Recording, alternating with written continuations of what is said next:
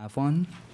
And I also want to let folks know that at the table in the front, there's copies of the agenda and a sign-in sheet. Please sign in at some convenient time before the end of the event. You don't have to do it now, but we want to make sure to keep track of how many folks we have attending today's event. Pretty good crowd. I'm very happy to see you all here today.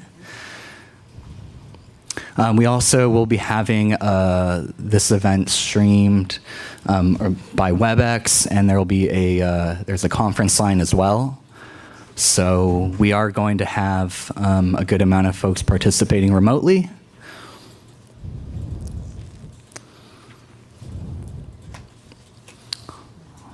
All right. Go ahead.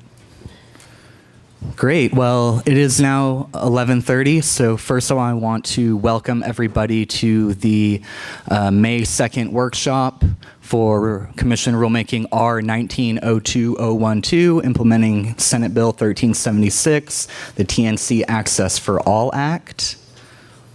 And we're going to start today's workshop with some opening comments from assigned Commissioner Leanne Randolph and Commissioner Genevieve Sharoma. So I want to turn it over to them first, and then staff will get into the flow of the day. Thank you.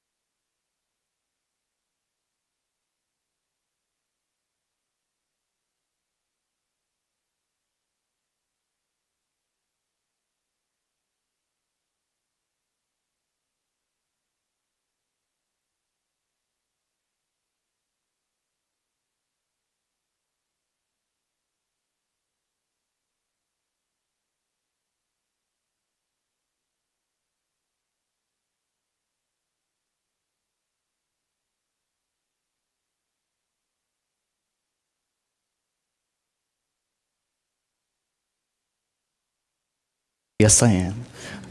Thank you, commissioners. Okay. My name is Cody Naylor. I am the supervisor of the Commission's Transportation Analysis Section. I am here to provide you an overview of SB 1376, as well as the staff proposal and white paper that was issued last month. But first, I'm going to start with an overview of the plans for today's workshop.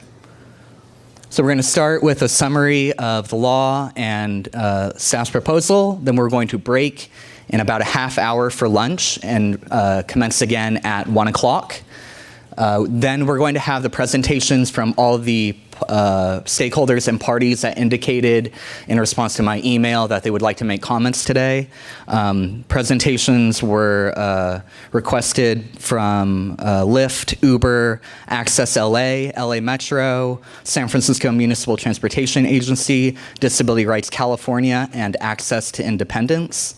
So after the lunch break, after staff's presentation, we're going to go right into back-to-back presentations from all of the presenters, and then we're going to move on to discussion on each agenda item that was listed in the agenda. So we're not going to do presentations and then talk, presentations, talk. We're going to do all the presentations up front, and then we're going to talk about them all together afterward.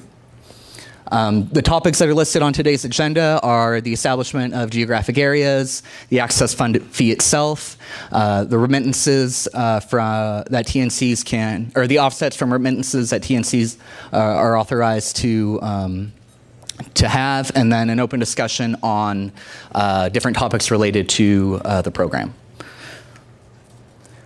We have a WebEx and a call-in component of this workshop, and folks who are participating remotely need to send their questions and comments to transportation programs at PUC, cpuc.ca.gov. Staff, me, will read them aloud. Then the phone line will be opened during the comment question discussion on each topic, but in the meantime, during the presentations, it's on mute. This WebEx is being recorded, and we will post it on the Commission's website shortly after the event concludes. All right, so let's get into talking about the TNC Access for All Act.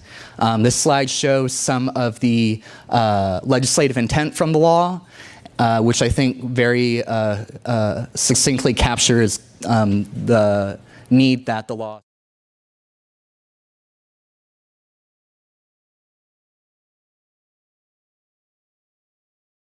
accommodate a non-folding mobility device, particularly a wheelchair user, and the law creates a mechanism to help facilitate the provision of this transportation to persons with disabilities. So we see here a couple of sections of the law quoted verbatim. So I've identified some key provisions of SB 1376.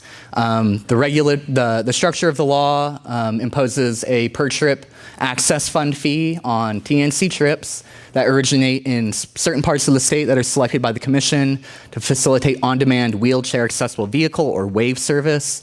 And the fee is mandated to be collected beginning July 1st of this year. The fee monies can be spent by two categories of entity. One is by the TNCs directly through the law's offsets or exemption mechanisms, or they can be distributed by the Commission on a competitive basis to entities called access providers to provide on-demand WAVE service in those same areas selected by the Commission for implementation of the law. Both TNCs and access providers are required to demonstrate the presence and availability of WAVEs, and importantly, improved response times as a result of spending the money. And then they also have to report data at a minimum on the trips requested and fulfilled, or response times, and among other things. This is one of the particular areas where the Commission will be setting the data reporting criteria in addition to how the money can be spent. So this is what the law says, particularly related to the access fee. It sets a minimum 5 cent per TNC trip fee on each trip that originates in a geographic area selected by the Commission. The Commission can also adjust the fee in each geographic area based on the cost of providing what's stated as adequate WAVE service. The charge is mandated to be passed through to TNC riders. So this is a surcharge, not unlike other surcharges imposed on entities under the Commission's regulation. This is what the law says on geographic areas, which is that they shall be selected based on demand for WAVEs and selected according to the outcomes of the workshop that the law mandates to occur. This is the third of a minimum 5 workshops that are required under the law. The first 2 were held in San Francisco and in Sacramento. The monies also have to be allocated in a manner that's proportional to the percent of the fees originating in that geographic area. So in other words, where the money is collected from, the money needs to go back to, versus having kind of a more general pot of money that can just be distributed without regard for where the money's originated from. In addition, rather than remitting the monies in total, TNCs are given an opportunity to spend the money themselves. This is called an offset under the law. Because the fees are due on a quarterly basis, the TNCs would be authorized to instead spend the money within that quarter rather than remit it at some particular point before the money is due during that quarter. This is, I think, from the discussing the pre-hearing conference, an area that we will be talking about at length today. If the TNCs are going to claim an offset, there are certain criteria that they have to meet, including an improved level of service. Due to those investments in wave service, efforts undertaken to publicize and promote wave services, and then a full counting of the funds expended. In addition to an offset, there's a mechanism for an exemption for remitting monies from a particular geographic area, and an exemption can be achieved if a TNC fulfills the designated level of wave service that the Commission designates for that area. The key criteria in the law is that a TNC would have to meet a response times for 80% of its wave trips under some response time that the Commission would designate for that part of the state. In addition to TNCs being able to spend the money in the alternative, the Commission can distribute the monies to these entities called access providers, which would apply for funds and have to basically demonstrate that they are going to provide on-demand transportation in some manner to meet the needs of people who need wheelchair-accessible vehicles. Access provider is defined broadly as an organization or entity that directly provides or contracts with a separate organization or entity to provide on-demand transportation. By April 1st of 2020, the Commission is required to accept applications from access providers for monies collected in the Access Fund. And then by July 1st, 2020, the Commission is tasked to select those access providers to receive initial funding. There are criteria that an access provider would have to demonstrate in its application, which at a minimum includes showing how they will improve response times for wheelchair accessible vehicle service, the presence and availability of waves in the geographic area, and the efforts undertaken to promote and publicize available wave services to disability communities. For a TNC that receives an offset or an access provider, the law requires that after July 1st, 2020, these entities have to submit a report 30 days after the end of the quarter that contains, at a minimum, the information listed on the slide, the number of wave rides requested and fulfilled, the response time between when it was requested and when the vehicle arrived, educational outreach information, and then a description of the expenditures or investments that the TNC or access provider made. So I want to move on to talking about Commission staff's proposal, particularly on these issues that the judges requested comment on, and are the decisions that which absolutely have to be made for fee collection to occur by July 1st of this year. For the establishment of the geographic areas, which the law stipulates have to be based on demand for waves, the Commission staff presented two options. Option one is to select particular counties of the state for initial implementation of the law, in particular the counties of Alameda, Contra Costa, Los Angeles, Orange, Sacramento, San Diego, San Francisco, San Mateo, and Santa Clara. This recommendation was born from the discussion at the workshops that TNC demand is reflective of demand for on-demand wheelchair accessible vehicle service. So Commission staff conducted analysis of TNC trip data, which were received in the annual reports from TNCs in the 2017-2018 reporting period, and identified that these are the counties where the vast majority of TNC trips occur in California, and as such recommended that based on this known demand, that these be the counties selected for initial implementation. In the alternative, staff also presented an option that each county in California be designated as a geographic area. This is in recognition of the probable latent demand for on-demand wheelchair accessible vehicle services that exists in California, because this option is largely not available in California today. Staff looked at some independent analysis of US DOT data, as well as presents its recommendation in response to the input from workshops suggesting that that all areas of the state be included in fee collection and distribution. Importantly, staff's recommendation was that the county level be the geographic area versus establishing, say, multiple counties or other political divisions of the state as broad regions. And this is because response time is particularly relied on as a metric for offsets, for exemptions, and for really just kind of verifying that the service that's being provided is on demand. The broader the geographic area, the more complex and ultimately longer a response time would be, because if you drew a line between, starting from San Francisco and going into the northern areas of the state, TNC response times will likely vary significantly, and it was strongly emphasized that prompt response times is a core component of making wheelchair accessible vehicle service effective and useful for the individuals who are requesting them.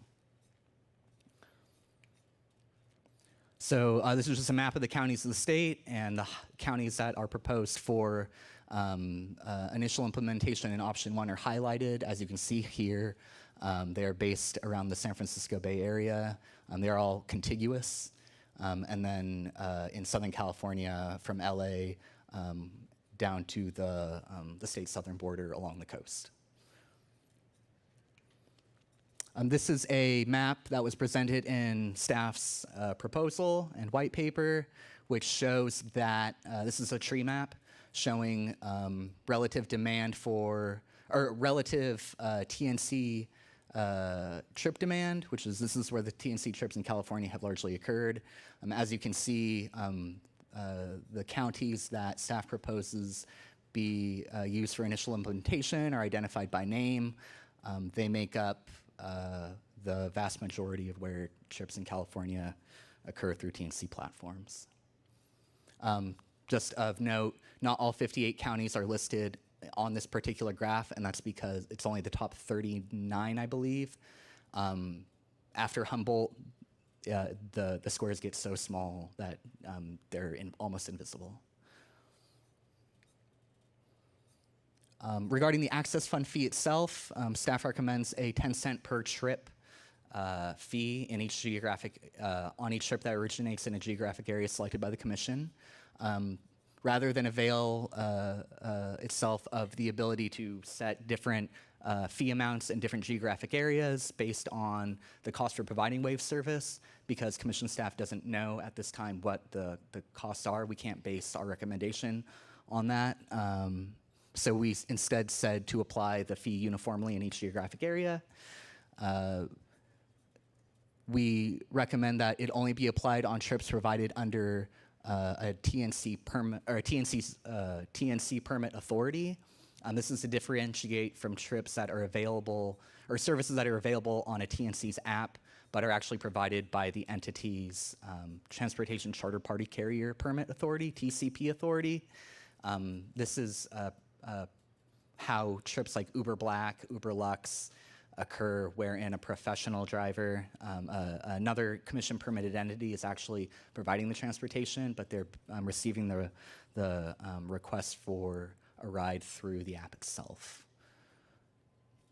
As a result of imposing either a 5 or 10 cent, particularly a 10 cent per trip fee in either option the commission staff has presented, this will result in the collection of tens of millions of dollars on an annual basis for the Access Fund.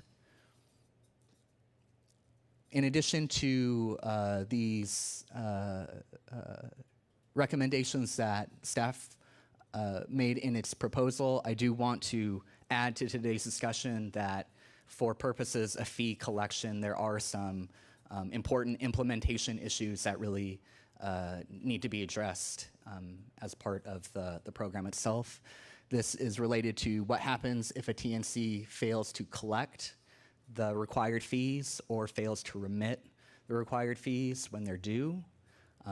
Carriers should know that for any transportation provider regulated by the commission, if you fail to pay us money, you have your authority suspended and you are potentially subject to a fine.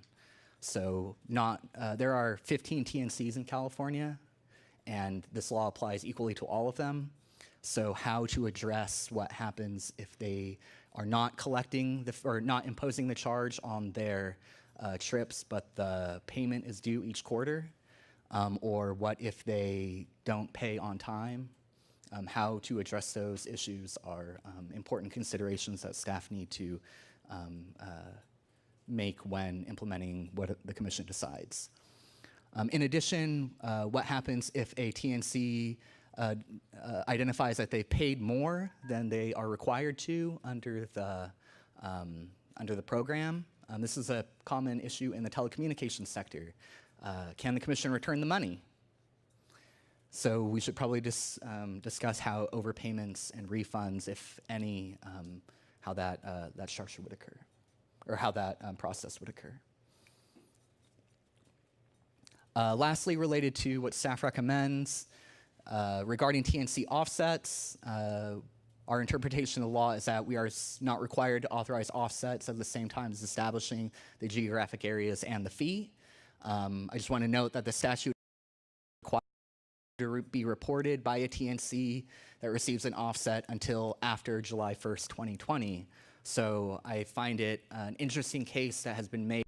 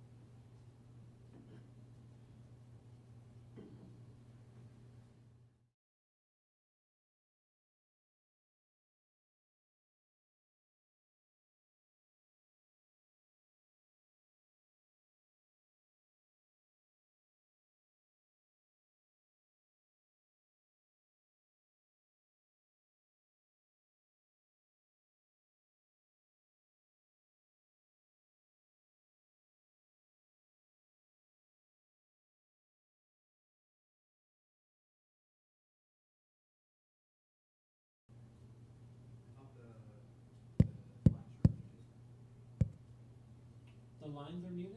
Well, remember, someone can unmute themselves.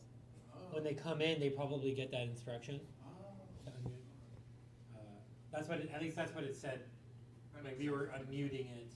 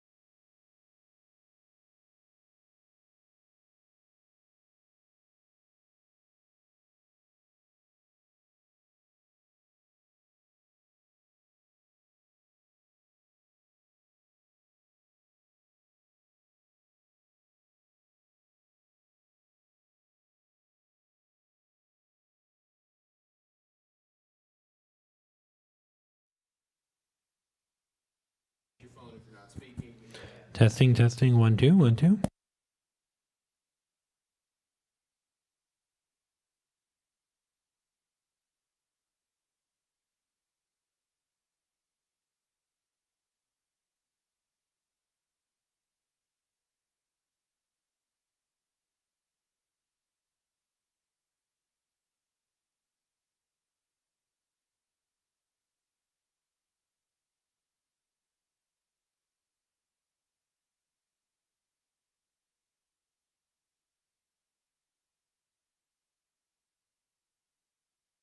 It was definitely back. Also, that thing got really, really loud.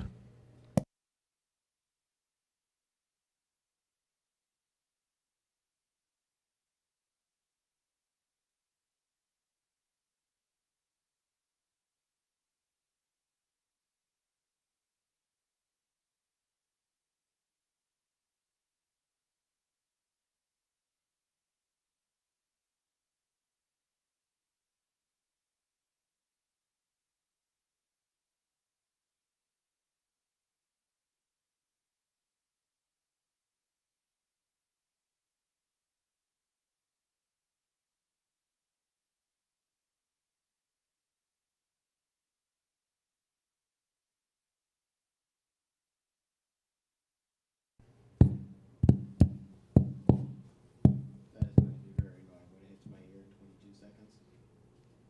Oh, you're listening to it? Sorry. Don't forget to comment and subscribe and smash that notification bell.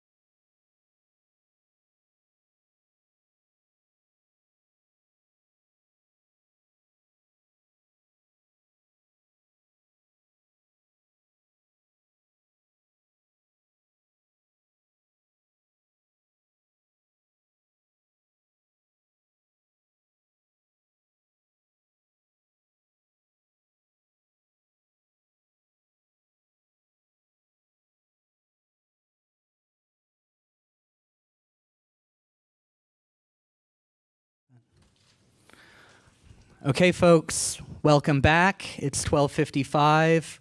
We would like to move on to the next half of our presentation today. We are going to start with presentations from parties who responded to staff's invitation to present information at today's workshop. The list of presenters are Lyft, then Uber, Access LA, LA Metro, San Francisco MTA, Disability Rights California, and Access to Independence.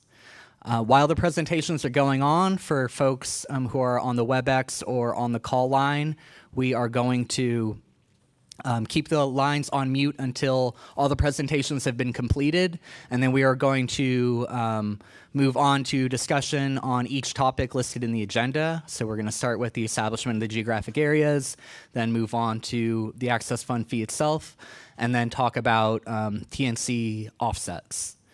So first up, we have a presentation from Lyft. So please make your way up towards the front. We have microphones over there on the table that you can use, and I will hand you the clicker to advance the slides. Just one moment while I come to you.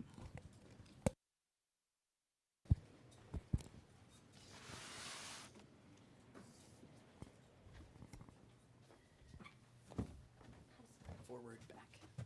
Okay, cool. Big button forward, small button. Sounds good. Thanks. All right. Hi, good afternoon. My name is Annette Tran, and I am Regulatory Compliance Counsel for Lyft. Lyft would like to thank Commissioners Randolph, Sharoma, and Commission staff for providing this opportunity for discussion to increase accessibility in California. Today, Lyft will present on each of the questions outlined by the Commission in today's agenda. So first on geographic areas, on how should geographic areas be designated and how should wave demand be evaluated. Lyft strongly agrees with the staff proposal that any geographic boundary larger than county level boundary would be unwieldy and would not allow for the establishment of meaningful service level requirements. It's important to recognize that geographic areas and service levels are inescapably interdependent. If, for example, the Commission were to adopt staff proposal option 1 and utilize the County of Los Angeles as a geographic area, the service level requirements for that geographic area must work equally well for trips in downtown Los Angeles as they would for trips in rural Palmdale or Lancaster. It's simply not realistic to expect that response times in rural North County would be the same as those in urban Los Angeles.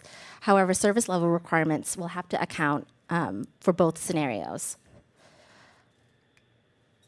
While Lyft generally supports staff proposal option 1 and is not currently proposing an alternative method for defining the geographic areas, Lyft urges the Commission to consider variations in population density, geography, and traffic patterns in various parts of the geographic area when it establishes service level requirements to ensure that such requirements are both meaningful and achievable. The Commission should also retain the flexibility to make adjustments as necessary to achieve the goals of the statute. Moving on to the access fund fee and the questions about the surcharge and how it should be presented to consumers. Lyft supports that the surcharge amount should be 5 cents per ride and urges the Commission not to impose an arbitrary fee. Early versions of SB 1376 gave the Commission discretion to determine whether to impose a fee and the amount. However, the bill was amended on August 23, 2018, to instead direct the Commission to impose a 5 cents fee. Both the language of the statute and the legislative history suggests that the legislature intended for the Commission to impose the initial 5 cents as a baseline for the access fee, subject to adjustment, quote, based upon the actual cost of providing wave service in a given geographic area. The cost of providing wave service in different geographic areas will, of course, vary due to differences in population density, geography and traffic patterns, and other factors. So it really makes little sense to use fees imposed by regulators in cities outside of California. cities with their own unique density, geography, and traffic patterns as justification for imposing any fee, any particular fee uniformly across California. In our opening comments, Lyft supported an upfront fare, which would include the TNC Access for All Fund fee, and for each TNC trip completed using Lyft's app, the fee should be clearly itemized in the receipt as a regulatory fee for transparency. However, Lyft understands that accessibility groups may be concerned with highlighting this fee, so consequently, Lyft is open to how this fee should be presented to consumers. And lastly, for the TNC remittance offsets, on the question of improved levels of service, the clear purpose of allowing offsets is to incentivize TNCs to invest money in providing an improved level of service to individuals with disabilities. For example, to achieve incremental improvement as compared to the previous quarter. In order to evaluate incremental improvement, the Commission does not need to develop a baseline. The TNC's prior performance is the baseline. Under the law, improvement of service can be demonstrated by more Wave drivers being available, improved level of service as demonstrated, for example, by improved response times to Wave riders, and improvements to marketing to promote the Wave services to interested riders. Furthermore, the fact that a TNC might not have previously invested in Wave service in a given area in no way diminishes the value of new investments in accessibility. The most dramatic improvements in accessibility are likely to be seen where the current availability of Wave is lacking. Establishing a baseline that would require a certain level of accessibility before an offset will be allowed, as staff suggests, would create perverse incentives. Discouraging investments in geographic areas where exceeding the baseline would be more difficult to achieve. The Commission should avoid creating barriers to incremental improvements and should not delay granting offsets in order to develop them. In regards to response times should be measured, should be one of the many characteristics to be considered in evaluating program performance. Response time should be measured from time of rider request to time of driver arrival. Calculations should consider other uncontrollables such as passenger cancellations, demand off hours, passenger no-shows, malicious rider behavior, current state of Wave supply availability, and rider session, which means if a rider has requested a ride 7 times and cancels, cancels within that minute, that should be considered 1 session. In regards to data, the data reported to the Commission to offset, TNCs should complete a simple filing to the Transportation Division addressing the criteria set forth in the Commission decision. That showing to support a claimed offset should include a verified accounting of startup costs supported by relevant work papers and other evidence supporting planning and expenditures. Lyft believes that this can be a simple filing, which would really incentivize our companies to promote greater Wave access on our platforms. Additionally, regarding data to be made public, there is a outstanding data sharing rulemaking in Rulemaking 12-12-011 that has proposed a reasonable set of additional data reporting requirements concerning Wave pursuant to SB 1376. When that additional data concerning Wave rides is submitted, it should be treated in the same manner that the trip data currently submitted to the Commission in TNC annual reports is submitted. The fact that the data generated pursuant to SB 1376 concerns trips completed by individuals with disabilities using Waves in no way diminishes the need to protect the privacy of those individuals. That data should be maintained confidentially, just like the trip data currently submitted to the Commission, and requests for access to such data should be evaluated in the same way pursuant to General Order 66D. Lyft thanks the Commission for this opportunity to speak and looks forward to hearing from the other parties. Thank you. Okay, thank you very much. That was Annette Tran from Lyft. Next up, we'll have a presentation from Uber. For the folks who are participating remotely, I just want to remind you that if you have questions or comments to submit, please email them to Commission staff at transportationprograms@cpuc.ca.gov.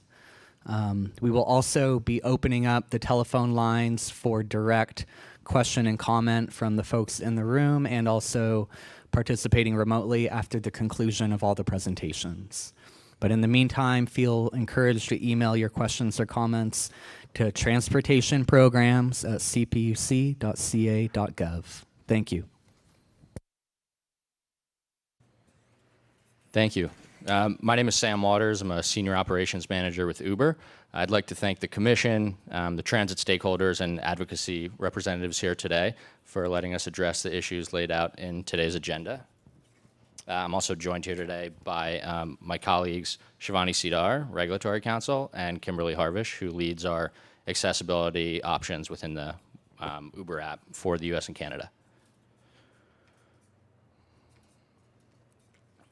So as previously discussed in other workshops, wave demand data seems to be one of the biggest roadblocks as far as moving forward and implementing this policy.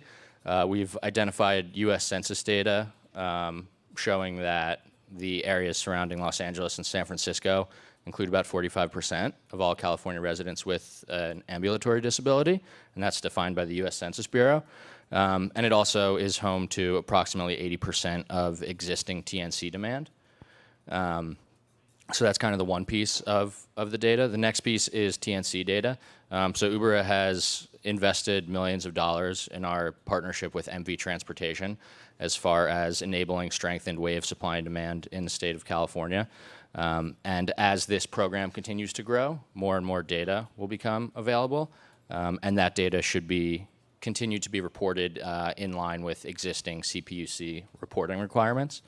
And the last piece of data that would kind of help fill this gap and really help inform this policy is the municipal data. So the collection of accurate municipal and specifically wheelchair accessible requests and trips outside of the larger paratransit trip numbers would be very helpful in order to inform supply and demand within this program. Next, I'd like to discuss the establishment of geographic areas. So one of the great conveniences of TNCs is that you don't have to get out and request another one when you cross a county line. You're able to, riders and drivers are able to request rides and also provide rides in a very cross-county way. So the municipal granularity becomes very operationally difficult in identifying how to best encourage supply and demand in specific counties, and also increases the work for the CPUC as far as evaluating, the amount of whether it's offsets, exemptions on a county level as opposed to a regional. Additionally, we think that limiting the geographic area to the LA or San Francisco area, possibly comprised of some of the counties outlined in the staff's white paper, would allow the CPUC to learn about programs before implementing them more broadly. And lastly, we want to align with the intent of this policy, which is to foster innovation by TNCs to enable strengthened supply and demand on our platforms. And by creating geographic areas that are too large or not aligned with functional transportation areas, it becomes very operationally difficult to implement solutions that will enable strengthened wave supply and demand. Regarding the access fund fee, Uber strongly suggests that the per trip fee amount is 5 cents per trip. As the staff mentioned earlier, there's no comparable baseline. There's no baseline of costs for what it takes to implement programs that will strengthen the wave supply and demand in the state. Other jurisdictions are not applicable, and paratransit costs, as they're materially different from specifically wheelchair accessible vehicles, are not a comparable measure. Uber wants also to be cognizant of overburdening riders who may be low income or fixed income or individuals with disabilities. And lastly, and kind of as previously mentioned, understanding and getting that baseline of what the cost would be is important before to substantiate any higher cost. So starting at the 5 cents, understanding the costs, reevaluating, and then substantiating a change from there is the recommended approach. As far as how the fee should be presented to consumers, we believe that all TNCs passing this cost on to the consumer should present this in a standardized way, so with standardized language and receipt presentation. We have a recommendation up there of California accessibility surcharge as the receipt line item. And lastly, moving into the criteria for TNC remittance offsets. So one thing we wanted to call out is that one of the goals of the policy is to encourage early innovation. So for allowing for offsets in the first quarter, it will incentivize TNCs to invest early on in solutions that they think are scalable to enable strengthened wave supply and demand. We also believe that the improved level of service and reasonable response times should be realistic and attainable in the same light of encouraging TNCs to find scalable solutions to increase wave ridership and supply. And lastly, as far as other criteria that might apply to remittance offsets, Uber suggests that other criteria are that wave trips be requested and completed within the TNC application, and that detailed reports, including direct investments made to increase access to waves, are submitted in addition to those rides being fulfilled within the application. Thank you. Thank you. That was Sam Waters from Uber. Next up, we'll have a presentation from Access LA.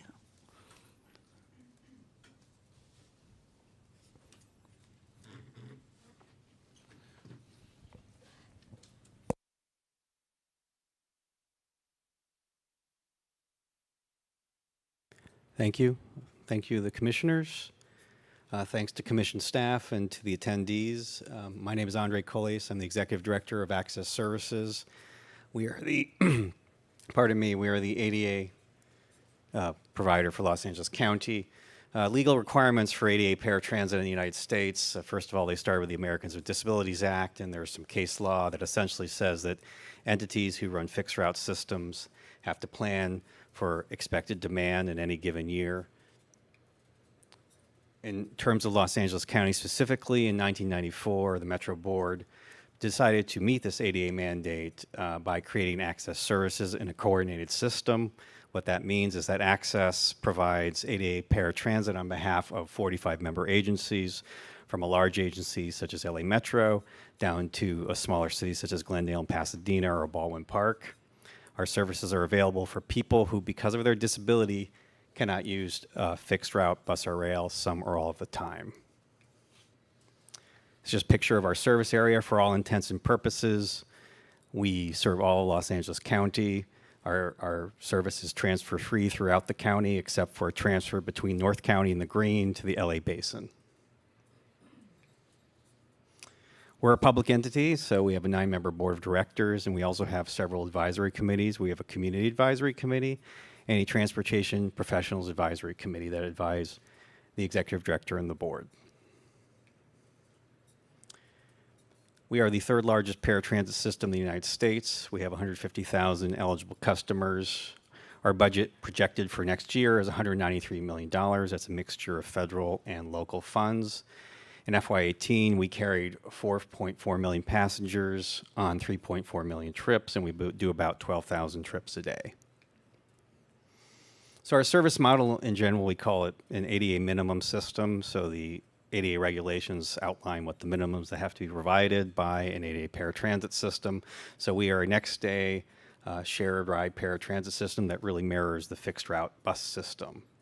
And again, we do go in Los Angeles County, we go beyond the ADA in several significant ways. The most significant is that we do have that coordinated system. So if you looked at the law strictly, we could have up to 45 separate paratransit systems in Los Angeles County based on the transit system footprint. But what they decided in 1994, which was a very good decision, was they decided to have one system where people can essentially travel transfer-free throughout Los Angeles County. So you can take a trip from Pomona to Malibu, if you'd like, for $3.50. In terms of cost, you can see costs since FY13 up through what's projected for FY20. Our costs per trip were generally fairly stable through FY18, but as many of you know, because of the minimum wage laws that were passed in both the state, the county, and the city levels, we're not immune from that, so our costs are going up. So we anticipate our cost per trip to be around $43 per trip in FY20. In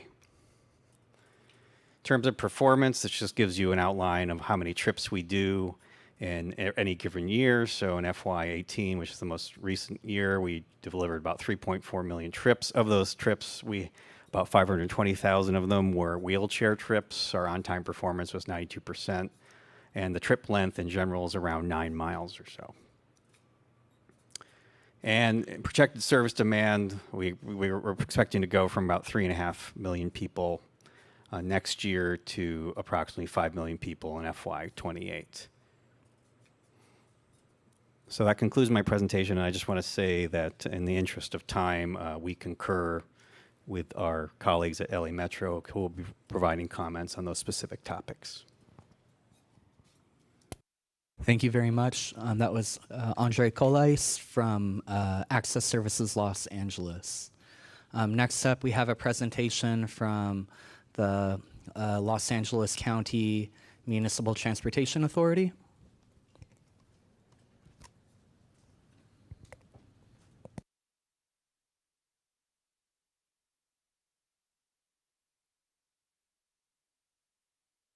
There we go. Thank you. My name is James Andrew. I'm a manager of transportation planning at Los Angeles County Metropolitan Transportation Authority.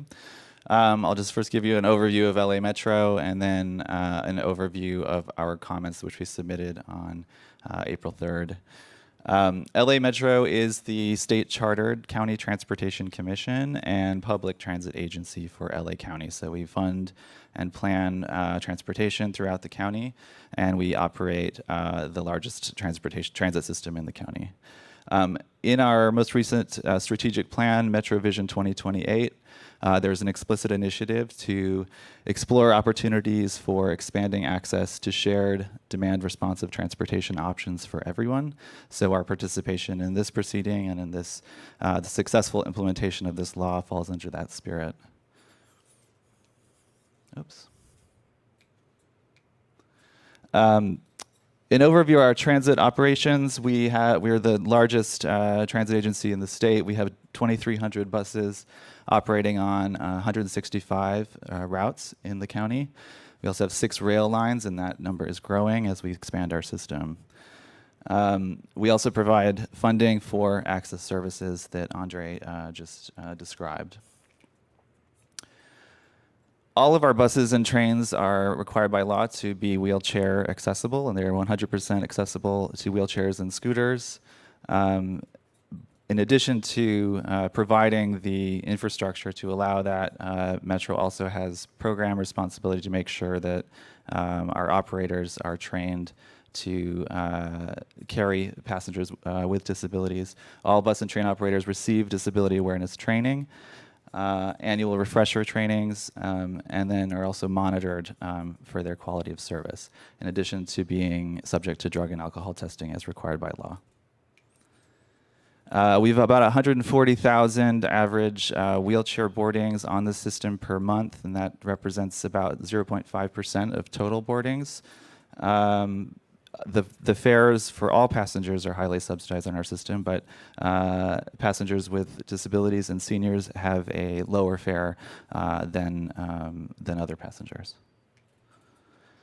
So I'll go through our comments briefly, and these are all in the spirit of making sure that this law, as it gets implemented, is doing the best it can to implement the intent of the law, which is to create accessible services on the TNC platforms, which are a great new option for a lot of us in the state.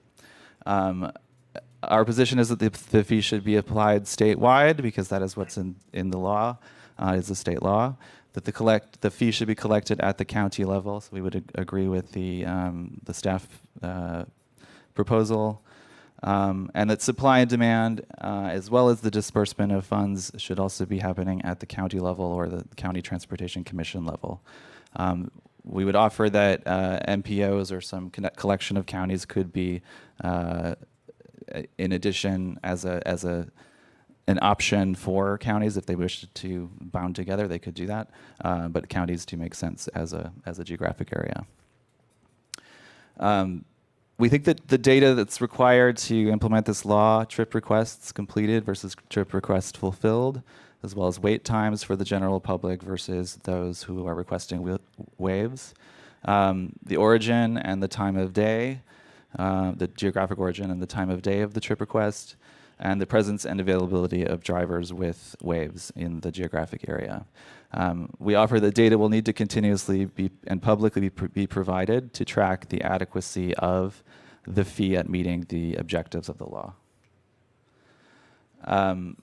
As far as determining the fee, because there is not any available data to be able to make an informed decision about what fee would be required to successfully implement this law, it is difficult to make an informed decision at this time. At the same time, the existing programs in high-density cities like Seattle and Chicago have a 10-cent fee for this exact purpose. So. And then Portland at, I believe, 50 cents. So that would be, while 5 cents is arbitrary, 10 cents might be a little bit less arbitrary. Once the fee is established, it should be based on data on the cost to provide on-demand wave service to established benchmarks in each geographic area. So it should be related to the cost of actually providing the service to what we decide is acceptable level of service. The fee could cover the cost to provide incentives for drivers to provide trips, and this would be vehicle retrofits or purchases, the additional time it may take, any training. As I mentioned, metro operators receive training that would make the service possible, and any additional requirements that should be imposed. The fee could be collected for all trips on any TNC platform except those that are already receiving public subsidy. And then the fee could be readjusted as data is released about supply and demand and the adequacy of that fee to meet the objectives of the law. As far as remittance offsets, we believe that offsets can only be granted after full program implementation and effectiveness of the investments are able to be demonstrated. So we don't agree that they could be allowed immediately because we have not fully built up the program.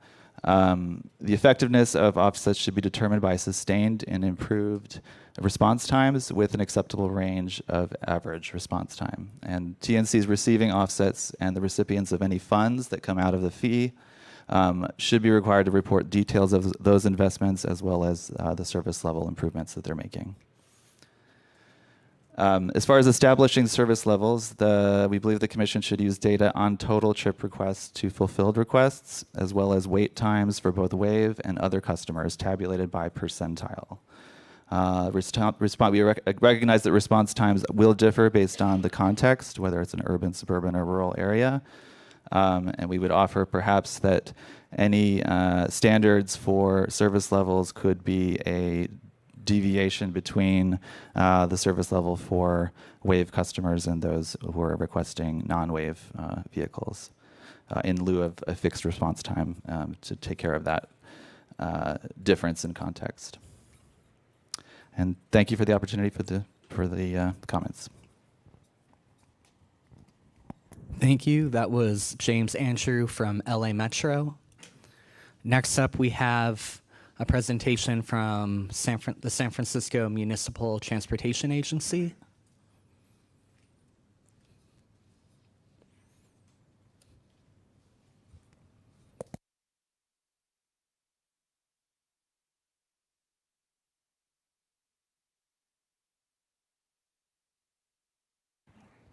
Good afternoon. Thank you for the opportunity to present today to the Commission and to the Commission staff on the topics listed in the agenda for this workshop. I will go over the 3 areas and summarize our opening and reply comments, but also add a little detail. For establishment of geographic areas, these geographic areas that are defined in the legislation provide a mechanism to help set response times and provide an area where funds are collected and distributed. They are not meant to exclude areas of the state where TNCs provide fewer trips than in other areas. SB 1376 sets clear expectations that wheelchair users who need wheelchair accessible service have prompt, that's a quote, access to TNCs. It also details that in order to be successful and exempt from paying a fee, TNCs are to be accessible to persons with disabilities. We understand accessible to mean that TNCs provide to persons with disabilities what they provide to persons without disabilities. As the legislation states, the intention is to ensure TNCs do not discriminate against people with disabilities. SB 1376 was also written so that other access providers would be able to apply for funds to improve on-demand wave service in areas where TNCs are not providing any wave service or do not provide sufficient accessible service. Therefore, the geographic areas established by the Commission should apply to all TNC trips in California. The borders of these geographic areas should reflect areas that are understandable to the public and easy to administer. We believe the county level is appropriate. We agree with the Commission's proposal, staff's proposal, because county lines are clear and they do cover the entire state. Additionally, county lines provide the CPUC with more administrative capacity when engaging an independent entity to implement the program. As LA Metro mentioned, CPUC can leverage the expertise of local transportation planning and funding agencies like metropolitan planning organizations and regional transportation planning agencies. These MPOs and RTPAs, as we call them, already administer county-specific transportation programs and cover the state. They are experienced in developing criteria and policies to prioritize grant applications from operators that provide transportation services using public funding. And they're also responsible for developing required public transit human services transportation plans. So they know what is needed to better meet the needs of people with disabilities in their specific area. It's very important that any third party responsible for administering this program has expertise in transportation, especially in accessible transportation. For the access fund fee, we do believe that a minimum fee of 15 cents per trip is appropriate statewide. As the disability advocates noted in their reply comments, there are no data in the record to establish whether the minimum fee amount of 5 cents will be sufficient to provide wave service statewide. Setting the initial rate too low is a greater risk to people with disabilities, since the result will be that they lack access to an important transportation service that should be equally available to all Californians. The Commission may adjust this fee once more is understood about the cost of providing wave service in each area. And as a note, this is another reason why offset reports should be public, so that the basis for any change in fee amount will be transparent to the public. Finally, it's our understanding that fees on TNC receipts in California are currently presented along the lines of tolls, surcharges, and fees in one total line item. At least in San Francisco, that's how we see it. And we believe that the access for all fee should be included in this line item, but when and if a fee must be specifically identified, we do agree with the disability advocates that it should appear with simple, non-stigmatizing language, such as the access for all fee.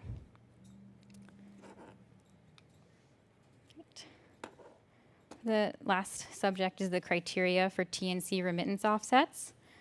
To set criteria for TNC remittance offsets, the CPUC will first need to define what reasonable response times are in each geographic area. Reasonable means something an average person would expect. Therefore, the first step to defining this metric in each area is to look at existing TNC service provided to the general public. By analyzing the response times for trips provided to the general public in each county, the CPUC can establish clear baseline assessments of current response times. Then the CPUC can consider what appropriate scaling is for improved service over time. In order to establish and continually monitor reasonable response times, the CPUC will need to require TNCs to include additional information in the trip data they report to CPUC by zip code. The report on providing service by zip code currently only requires time of trip request and time of the trip request was accepted. To understand response times, TNCs will also need to provide the time a trip was picked up. CPUC's proposed data reporting requirements do not currently include this data point, and the proposed requirements do mention quarterly data collection instead of annual. Both of these points will be necessary to implement 1376 and to establish criteria for remittance offsets. Once the CPUC establishes reasonable response times in each geographic area, it can consider what constitutes an improved level of service. According to subparagraph J of the bill, the Commission shall establish yearly benchmarks for TNCs and access providers to ensure WAVE users receive continuously improved, reliable, and available service. I would like to note that these are the only 3 adjectives used to describe the improvement of WAVE service over time. And the Commission should heavily consider these 3 when developing benchmarks for what is considered service improvement, and not other standards proposed by respondents, such as incremental. On this slide, I have provided an exercise in establishing benchmarks for reasonable response times and improved level of service in a geographic area on an annual basis, as indicated by the bill. Our example here is for San Francisco. On the far left column, I have defined the yearly evaluation point based on when the fee collection starts. Therefore, the first evaluation period is July 2019 to June 2020, then July 2020 to June 2021, and so on. In the second column, we have defined what a reasonable response time for the geographic area is.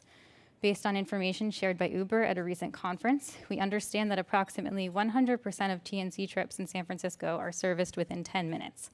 Therefore, the first column sets benchmarks for providing a certain percentage of service within 10 minutes during each evaluation point. Using the New York City model, we also provide a second column that measures the ability of TNCs to service WAVE trips within twice the amount of time as is reasonable for the general public. This second column helps provide a better picture of how TNC WAVE service is improving overall. Finally, to demonstrate an improved level of service, we increased the responsiveness a very modest 10% year over year until 90% of WAVE service is provided within the reasonable time of the 10 minutes by June 2023. As long as the CPUC requires response times reported in zip code level trip data, the CPUC can verify the TNC quarterly reporting. And finally, for remittance offset reports to clearly show TNCs meet the required criteria, the CPUC must define how TNCs will demonstrate each metric. The first criteria TNCs must meet is a demonstrated presence and availability of WAVEs on the platform. To do so, TNCs will need to report the number of WAVEs available in revenue service every hour within a geographic area. The second criteria is the number of WAVE rides requested versus number of WAVE rides fulfilled and unfulfilled. TNCs currently report number of accessible trips requested and fulfilled, rounded to the nearest 100. CPUC will need to clarify that they need this data for the subset of trips reported that are accessible trips in WAVE vehicles, requested by and provided to wheelchair users. The third criteria required is the response time for every WAVE trip. TNCs will need to provide trip-level data for WAVE rides that detail the time of request, time request was accepted, denied, and or canceled, and the time the ride was picked up. The fourth criteria required by 1376 is a full accounting of investments to improve WAVE service and how response times improve due to these investments. TNCs will need to provide sufficient detailed documentation so that the party responsible for evaluating these costs can clearly see how the access funds were expended and the resulting number of WAVE trips and their response times. The last criteria that's required by the bill is demonstrating the efforts that are undertaken to publicize and promote available WAVE services to the disability community. To demonstrate the effectiveness of their outreach, TNCs should describe the quantitative impact of each promotion or campaign and what impact that had on the intended audience, such as number of page views, promo codes utilized by wheelchair riders, or number of interactions with the public, just as examples. Finally, echoing the disability advocates' request from the pre-hearing conference, Believe the last criteria that should be considered for offset reportings is training and vehicle inspection. Proper training of wave drivers is crucial to smooth and safe operations. Drivers need to be comfortable with securement systems and tie downs, how to safely deploy ramps or lifts, and above all, should know that people with disabilities are the experts on their own needs. And finally, for vehicle inspection, the current inspection required for TNCs does not cover accessible features in a vehicle, such as a ramp or a lift. So those are our comments. Again, I'm Erin McCullough from SFMTA, and I thank you for your time this afternoon. Thank you, Ms. McAuliffe. Next up, we have a presentation from Disability Rights California. They didn't submit slides ahead of time, so I'm just going to bring up our general landing slide. Okay, thank you.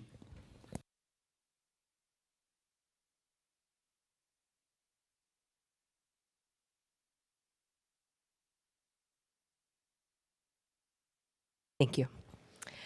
Good afternoon. My name is Autumn Elliott. I'm with Disability Rights California, and we're part of the Disability Advocates group. Disability Rights California is a statewide organization, nonprofit organization. We are mandated under federal and state law to advocate on behalf of Californians with disabilities. The TNC Access for All Act talks about meeting the needs of people with disabilities, and it talks about these services being accessible. That means that the services provided to people with disabilities need to be comparable to those that are provided to other people in California. The services need to be offered on more or less the same terms as they're offered to others. And so the goal of all of this is to figure out how best to get there. To start with, this effort needs to be adequately funded, and we propose that the commission start at the higher end, so 25 to 50 cents per ride. The transportation network companies have advocated starting at the extreme lower end, 5 cents per ride, but they haven't put any evidence into the record about why that would be adequate. And they're uniquely positioned to do that. They know how much it costs to provide these services. They even know how much it costs to start up a transportation service or to expand it into a new geographic area. But instead of justifying why 5 cents per ride would be enough to provide access, they've kind of thrown up their hands and said, well, who knows, let's start at the low end. Given that they haven't, it's much better to start with something that is more likely to be adequate.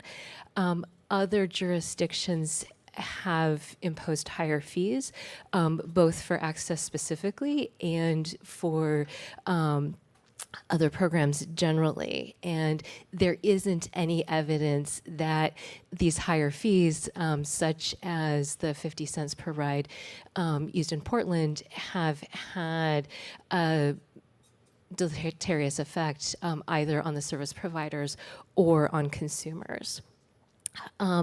With respect to response time, we agree with the speaker who immediately went before from the San Francisco Metropolitan Transit Authority that the best way to set benchmarks for response times is to establish a framework where transportation network companies need to establish that a rising percentage of wheelchair accessible vehicle rides meet comparability standards. And we agree that if the standard response time for people without disabilities is less than 20 minutes, it might be appropriate to allow up to double that time. So, for example, if the standard response time is 10 minutes, up to 20, and that if the standard response time takes more than 20 minutes, that it shouldn't take somebody who uses a wheelchair more than an additional 20 minutes. The San Francisco model has a number of advantages. It's based on the New York City model, which is grounded in data. It allows for scaling up over time to meet the ultimate goal, which is the intent of the TNC Access for All Act. At bottom, with response time, people with disabilities need reliability. They need to know this is going to take a reasonable amount of time, and they need to know they're not going to be stranded. Somebody without a disability can take an Uber or a Lyft or any of these other options to a destination, you know, to the grocery store, to a medical appointment, to see a friend, to see a movie, and know that they're gonna get a ride back. And people with disabilities need to be assured of that same kind of reliability. They need to know that they're gonna be able to come back. Also, what we've heard from our constituency is that people will request the services that some of the commenters have said are already there for a wheelchair accessible vehicle, and they won't get a response. They're told there's nothing available, and they'll have to resubmit and resubmit. And so it's critical when measuring things like response times. It's not from the last request that took them 5 hours to do. It's from the first time they requested a ride. Moving next to the issue of data. In order for this program to be successful, data is critical, and San Francisco and others have pointed out what data is important for the commission to have. That's data that needs to be public. These are public funds that are going to be expended, whether they're given to other entities or whether the TNC is allowed to keep them as an offset or apply for an exemption.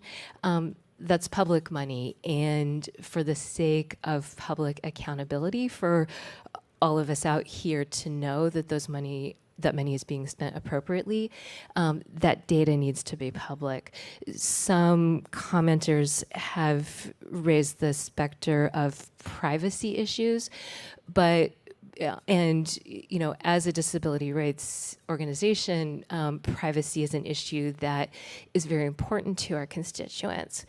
But it can't be a curtain for the TNCs to hide behind. Our understanding is that there are valid ways to ensure that such data is anonymous and can't be abused to track individuals. For example, having reporting by zip code, or in areas where the population is really small, maybe even somewhat larger geographic regions. But there are ways to protect privacy while ensuring that the commission and the public get the data they need. And it's critical that that happen. It is likewise critical that this program encompass the entire state and not merely regions. That is what both the letter and the spirit of the act require. And it's what's fair to Californians throughout the state with disabilities. The need is there throughout the state, and it's important that it be responded to. I'll end with a comment on the line item issue. It's important that this fee be collected in a way that doesn't stigmatize people with disabilities. And in our comments, we suggested if you need a line item to do it in a way that is as non-stigmatizing as possible, such as the Access for All Fund or the Access Fund fee that the white paper suggested. But the best practice is not to call it out specifically. And that is based on past experience in the telecommunications arena, where there has been a fee collected to fund telecommunications access for people who are deaf. And what we have learned in the disability community from that experience is that people get their phone bill every month, and everyone who gets a phone bill thinks it's too high, right? And all you see is the fund and where it's going to, and a lot of people's response is, well, I don't want to pay for other people's access. And so that's different from general outreach about the program, where both the fee and the goals and the benefits to everybody can be presented together. When you're getting a bill or a receipt, all you've got is the number and none of the rest of it. And so it is much better from a disability access point of view if that fee is, if the access fee is bundled in with the rest of the price. Thank you very much. Thank you. That was Autumn Elliott from Disability Rights California. Next up, we have a presentation from Access to Independence.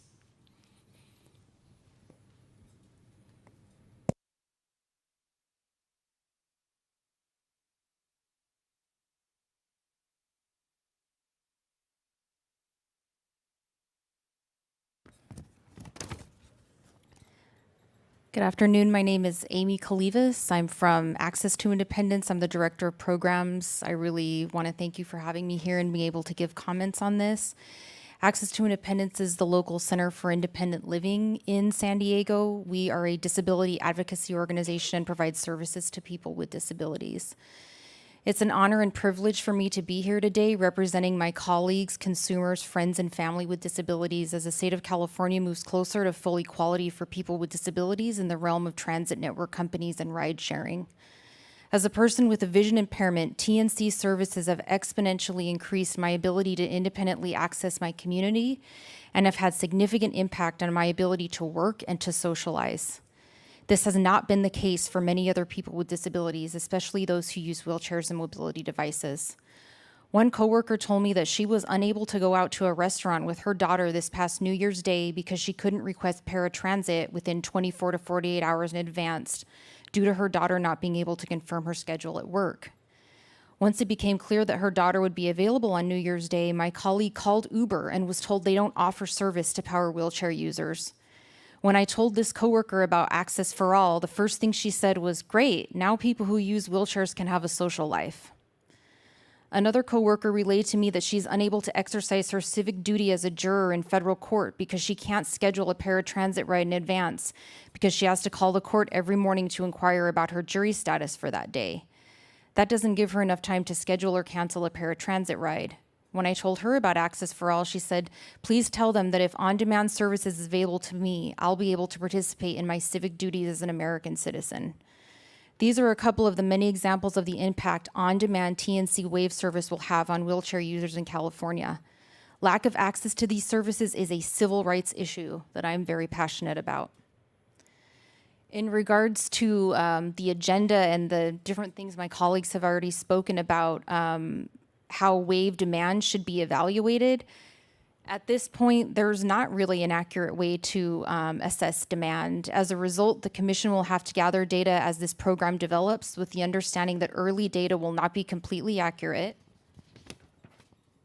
Given that people with disabilities will need time to learn that an accessible service exists and evaluate whether they can rely on it. But the TNCs themselves make supply and demand assessments each time they move into a new market. Trip records, telemetry records, canceled, declined trip records, and driver information is all relevant to the discussion regarding demand. Local transportation authorities also have data regarding the demand for paratransit services. Such data would reflect a very limited portion of the population with the need for accessible TNC service, however. Many people currently aren't eligible or are using paratransit service but would likely use an accessible TNC service when it becomes available. In regards to the response time question, the entire purpose of this law is to provide service to people with disabilities on comparable terms with those provided to everyone else. The needs of people with disabilities are not met through provision of substandard service. Likewise, in order to be exempt from paying the fees required by the Access for All Act, a TNC must establish for the Commission that is accessible to persons with disabilities.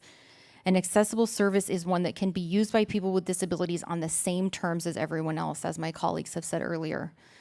A service that has substantially longer wait times for people with disabilities than for others, or that more frequently fails to provide rides for people with disabilities compared to others, is not accessible. Uber proposed a 60-minute response time in LA and a 55-minute response time in San Francisco. Those times would only be appropriate if the response times for the general public were 30 minutes in LA and 25 minutes in San Francisco, and there's absolutely no evidence that this is the case. We could all walk outside and get an Uber in less than an hour here in LA, definitely. In applying this model statewide, the Commission should obtain data from the TNCs to establish the response time provided to the general public in any given location. For instance, rural areas will generally have longer wait times than urban areas. In data gathering regarding response times with respect to TNCs, it's critical that response time be measured from a person's first request for a ride and not their last. As my colleague from Disability Rights California stated, sometimes people currently request rides on the platforms and they're told that no service is available, compelling that person to submit repeated requests until something can be provided. So someone could wait many hours to keep repeating requests to get a ride. If an individual requests a wave ride at 10 a.m. and then they have to request again at 11, at 1, at 2, at 3, for instance, because there's no wave available, the reported response time needs to be calculated from the first request. If the TNC doesn't provide wave service until 3 p.m. and they first requested at 10, the true response time is 5 hours plus the number of minutes it takes for the vehicle to arrive. Because an accurate representation of TNC wave response times requires measuring wait time from the first request, this form of reporting is crucial for measuring the effectiveness of on-demand service. And the on-demand aspect will be key in building trust for people with disabilities and allowing the latent demand to express itself. Regarding offsets, Uber and Lyft stated that they would like to exercise offsets from the very beginning, and there should be no offsets provided for the first year to give the Commission sufficient time to evaluate the field. As the staff white paper written by CPUC indicates, service should come first, then the offsets process begins later. The Commission should establish a timeline for development and implementation of the offset process. TNCs can keep some of the fee as an offset if they're showing they're using funds to make sufficient improvements in accessible service and waves closer to equivalence with the general public. These improvements must be significant, since having provided something close to zero access for people who need wheelchairs for years, TNCs should not be given credit for providing access that's slightly better than zero. Improved level of service should be measured in terms of benchmarks, such as response time of 80% within 20 minutes initially, with continuing improvements by the sunset of the TNC Access for All Act, so that people with disabilities have comparable access. The Commission needs to take into account that current services provided by TNCs are not fully accessible to people with disabilities. For example, I've heard from coworkers, friends, and consumers that use Uber and Lyft that they both currently have access issues when it comes to riders who use manual wheelchairs that can currently use the existing service. They can fold their chairs and transfer into the vehicle independently. Uber currently has services available. My dad's a Lyft driver, and he picks up people who use wheelchairs that way.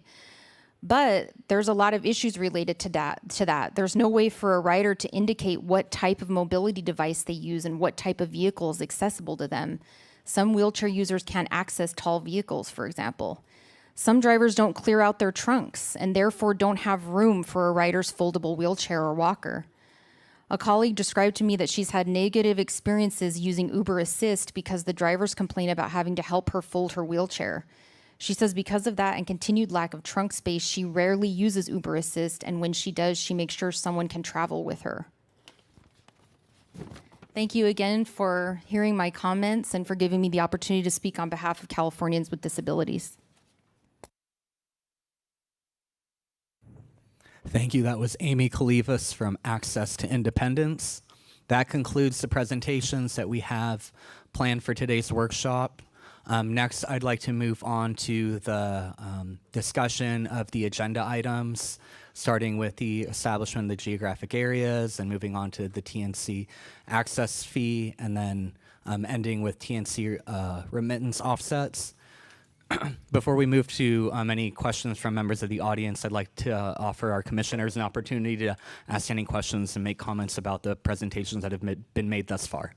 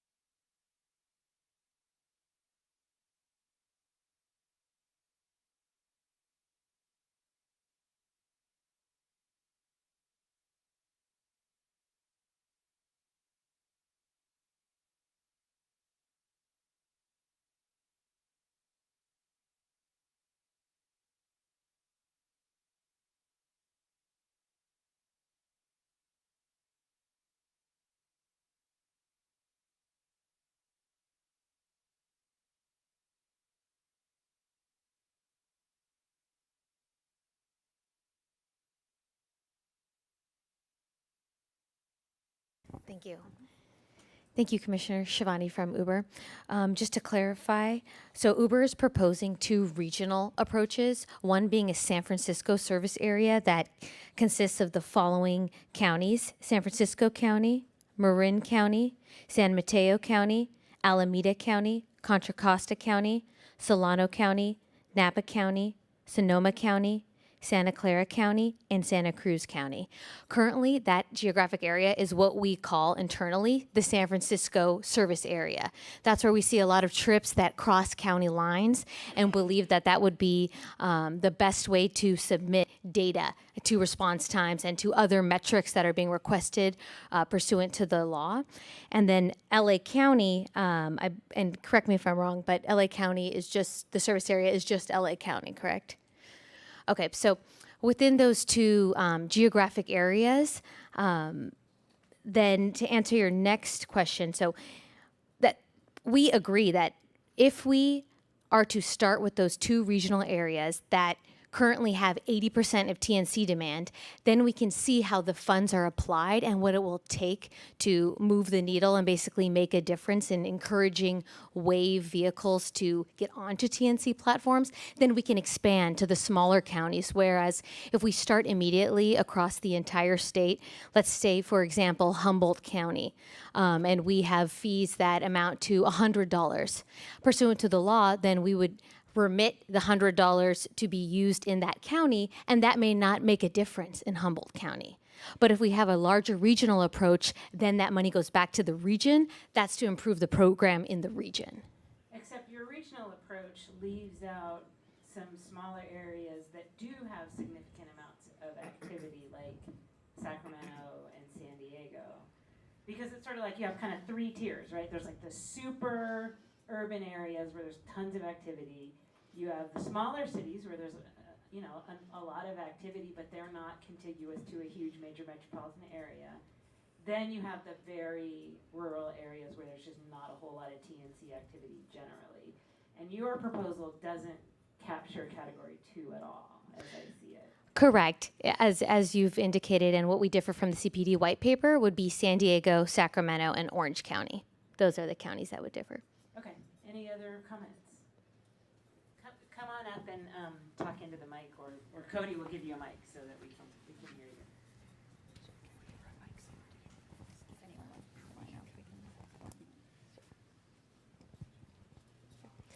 you. This is Autumn Elliott from Disability Rights California.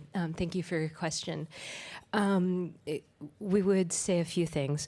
One is to question the premise that in these smaller geographic areas or areas that currently have less TNC activity. Number one is that if there is less TNC activity in the area, it's going to cost less, right? So if the standard response time for somebody without a disability is 40 minutes, then you're only needing to provide, for example, a 60-minute response time for a wheelchair accessible vehicle, not the 10 or 20 minutes that you would be trying to achieve in a place like San Francisco or Los Angeles. Second, these funds are available to the TNCs as offsets if they're able to demonstrate that they're using them to improve accessibility. So even in a world where you weren't able to collect enough money to fund a separate program, you could still use those funds, the TNCs themselves could, to at least bring their services up. It's not like the money would necessarily just be sitting around. In addition, there is the chance to adjust the fees upward if it turns out that in particular geographic areas or even statewide you need that.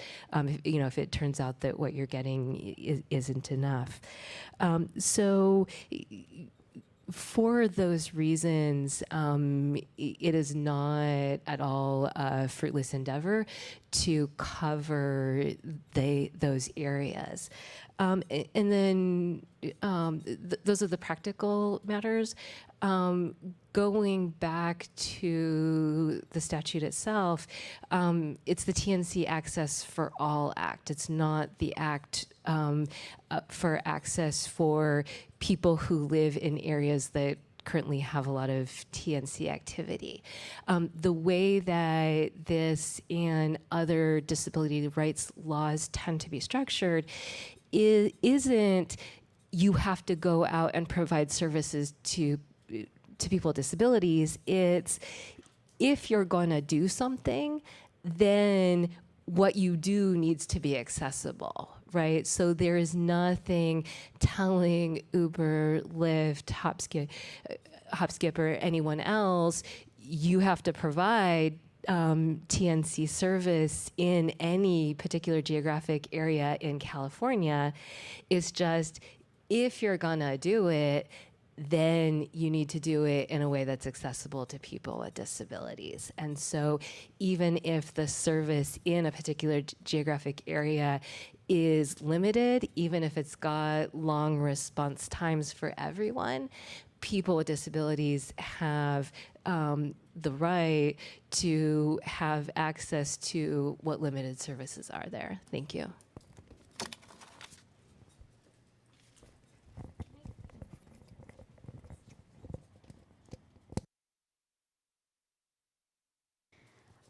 Thank you, Commissioner Randolph, for that question. I think in terms of significant service, defining it by number can get really can get messy, because I think when you say significant to someone with a disability who wants an on-demand ride, any service is significant. And if you can see your friend, family, or colleague also getting that ride and you can't, it's pretty significant.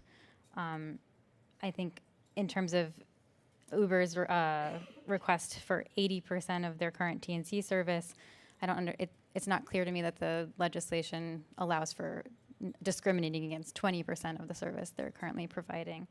And as Autumn mentioned, there is the mechanism to charge a higher fee in areas where it might be more expensive to provide an accessible service in areas with fewer rides. And I think, as I'll echo from my presentation, the Act provides funds so that other access providers can provide service in areas where TNCs are not able to or don't provide accessible service. So I think limiting the implementation of this program only where it's feasible for TNCs to make an effort is antithetical to the reason the legislation exists as well.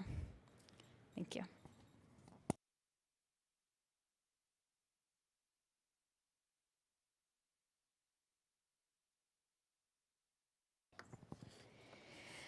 Hi, so I just want to address the group as a whole on the outset of this workshop so that we have a fundamental understanding of how TNCs work. I've said this in previous workshops and working groups, but I see some new faces. So as we begin to analyze this, I just want to make it clear that TNCs are prohibited from owning vehicles.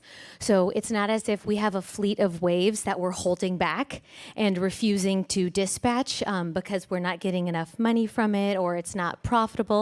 It's literally because we are struggling to figure out a solution to get private vehicle owners to purchase wave vehicles. Wave vehicles require special maintenance. They're at higher purchase points, higher fuel costs. So the struggle here for Uber, and let me tell you, we are committed to solving this problem. We have voluntarily already poured millions of dollars into our partnership with MV Transit across America and in California to bring wave vehicles through a partnership onto the platform. And MV Transit has the fleet that just operates on our platform. So one struggle here is, how do we incentivize drivers to purchase that wave to then be the supply that serves the demand? So going back to the smaller counties, for instance, several stakeholders have said that it's okay if it's a small amount, at least there'll be some service in that county. But the question is, how do you get driver A to go to that county and sit there and wait and spend his own time where he could be making money, theoretically, if he's in an urban area, giving more wave rides back to back, yet he's waiting in that smaller county for that one ride request? So we have to figure out how to get that driver there, because we're not holding back wave vehicles. What we're trying to do is continue to incentivize people to purchase waves and get them to all of California. What we are suggesting is a pilot program approach through the TNC Access for All bill, where we take funds in the area that we already see 80% of TNC demand and focus on the problem and really figure out how to solve it there before wasting money trying to solve it in areas where the demand isn't already there. So I just wanted to kind of lay that groundwork so everyone understands that on TNC platforms, we're not allowed to own vehicles, so we're not holding back any vehicles. And that was basically my main point, to address the supply and demand as we go forward and talk about response times and smaller counties, and why Uber has requested that we focus on where 80% of current TNC demand is.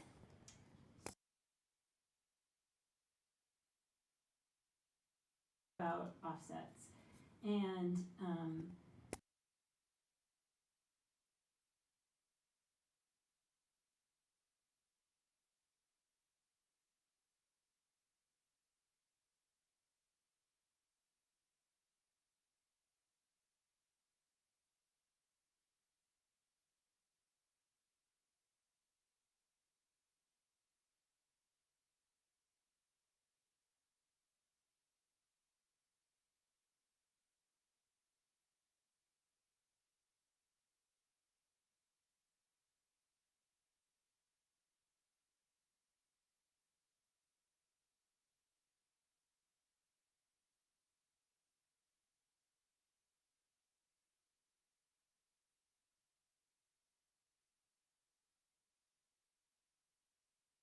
why do you have to wait until we do the offset program in a more deliberative fashion?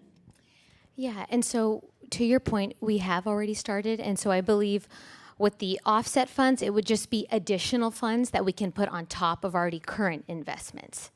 And so if we're allowed to access, if we prove that we're improving service quarter by quarter, and that comes at an associated cost with getting more waves and partnerships on the road, and then we have access to that offset money, then we can turn around and use that offset money to continue to pour into the partnerships and incentives. That makes sense. I guess I'm just concerned because I do think, you know, as Cody talked about in his initial presentation, there are some things we have to work through in developing the offset program, and so I'm a little concerned that we don't rush into it. But at the same time, I think you all should keep working on programs and innovating while we're going through that process. I completely understand, and just want to let everyone know here and the commissioners know that even if we don't receive an offset on quarter one, we will not stop investing in making our TNC platform accessible for all.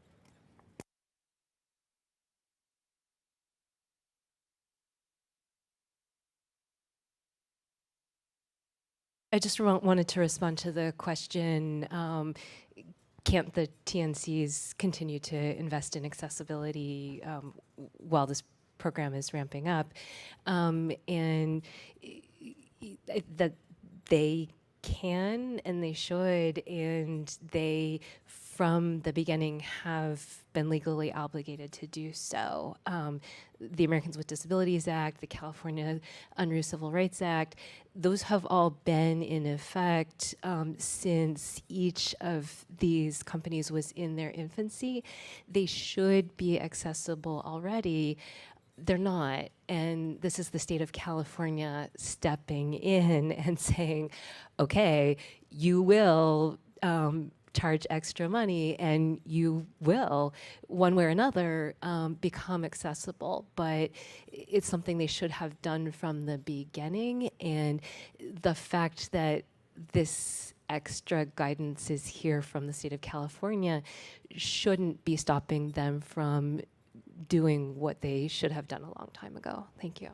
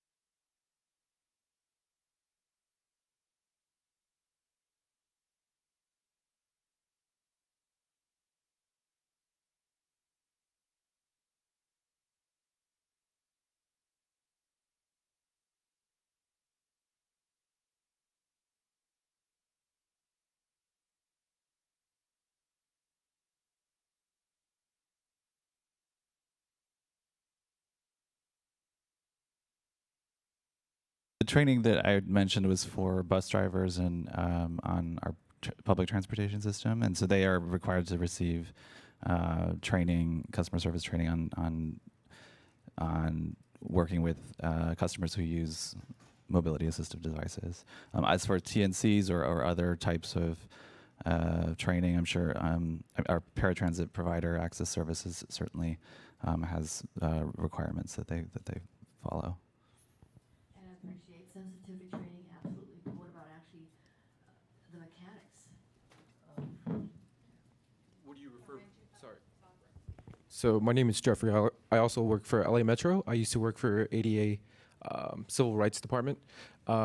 So they actually go to every division and physically train operators during their off time. They train them on how to strap them in, how to greet them. They actually have a award ceremony every year that they award the operator who successfully does it in a short period of time with all these checklists on how they treat the operator and things of that nature. So there are trainings, they get certified, they are annual or biannual trainings. Yeah, that's pretty much it. I don't know if you have any other questions. And this. Safety training is extremely important. I ride the regional transit bus back in Sacramento, and at various times there are folks in wheelchairs who come on, and the bus driver knows exactly what to do to provide access to the person, strap them in safely, and so forth. Correct. And just to add to that, if there's any complaints that come from any patrons, they actually make sure that they get training again. So we have that all documented as well.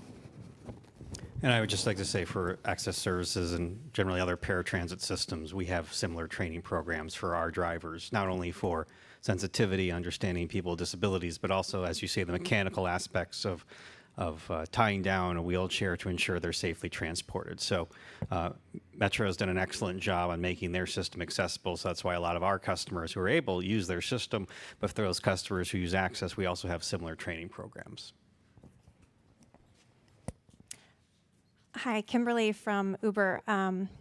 Through our partnership with MV, we actually have those drivers trained through MV. So per our contract with MV, they're required to go through wheelchair securement training. So they are properly trained in how to secure a wheelchair into place in the vehicle. That also includes going through sensitivity training. So they're properly trained on how to serve people with disabilities. And I think one other thing to call out with MV Transit is that they've been operating this space for over 40 years, for some time. And I believe they actually operate in partnership with Access Services here in Los Angeles County. Hi, Erin from SFMTA. Just wanted to read out loud the ADA provision for private entities primarily providing transportation. The general guideline for training requirements are that you should ensure that personnel are trained to proficiency as appropriate to their duties so that they operate vehicles and equipment safely and properly assist and treat individuals with disabilities who use the service in a respectful and courteous way with appropriate attention to differences among individuals with disabilities. So that's guidance from the DOJ, and just as a note, the driver training plans filed with CPUC do not provide guidance for all personnel to be trained to proficiency in serving customers with disabilities. So. Good afternoon, Jarvis Murray with the Los Angeles Department of Transportation. And so we regulate for-hire transportation within the city of Los Angeles. And just to answer the question, our for-hire drivers are required, for those who conduct wheelchair accessible service, they are required to have the training related to wheelchair securements, sensitivity training, and this is true in taxi cab services in local jurisdictions, as well as our non-emergency medical transportation departments, which we also regulate here. Question for Uber. I represent an agency that serves 150,000 people in LA County in the IHSS. Thank you. In the IHSS area, in home supportive services. And I also sit on the advisory committee for Access Services.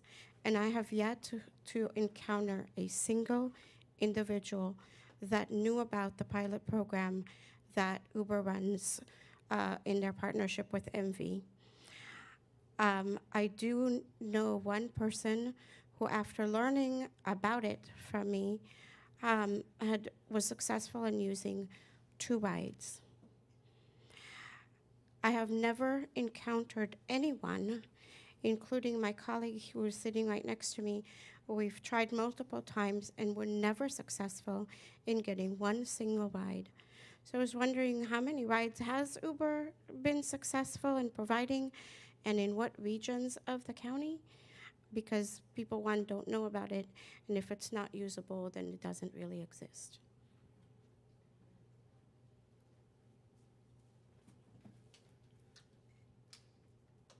I'm happy to speak to that. So the program, I will admit, is a bit new. So it's something that we are still investing in and working to grow. So it's not where we hope it to be, but we're definitely still aware that it needs improvement. So we're working on that.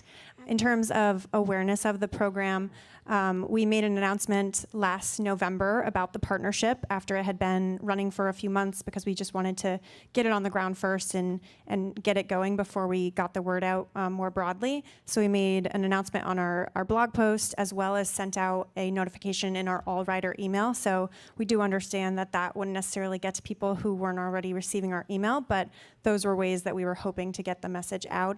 We've also shared this with disability advocate groups and asked them to share information about this with their network. So, tried to reach folks through those channels, but realized that we're not able to reach everyone. So improvements to be made there. And in terms of how many rides we've done to date, I would say we've done, I'm sorry, I don't want to speak offhand in terms of how many we've done in LA and in San Francisco, but at large, we are doing thousands and thousands of trips in the markets where we are operating. So we're learning more as we continue to grow those programs. So since the companies mentioned this program several times in comments, I think it would be really helpful if you supplemented your comments with some numbers reflecting the program, so that we could kind of match that data up.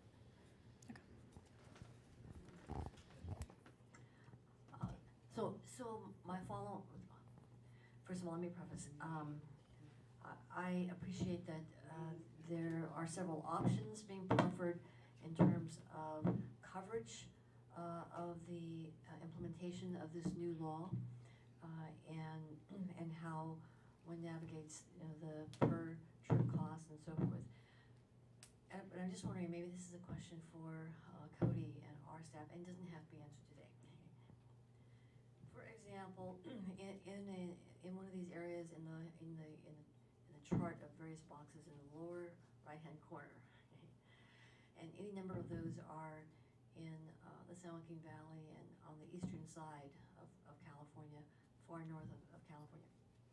If there are not-for-profits or municipalities operating in those areas that are providing WAV services to the extent that they can, does this statute provide for some sort of a public-private partnership to be able to access this program? Albeit you're hearing that there are far fewer TNC drives and so forth, so there's a smaller pot of money, but to be able to access that pot of money to provide WAV services. Doesn't have to be answered today, but I can answer in part, and I hope this microphone is reaching everybody.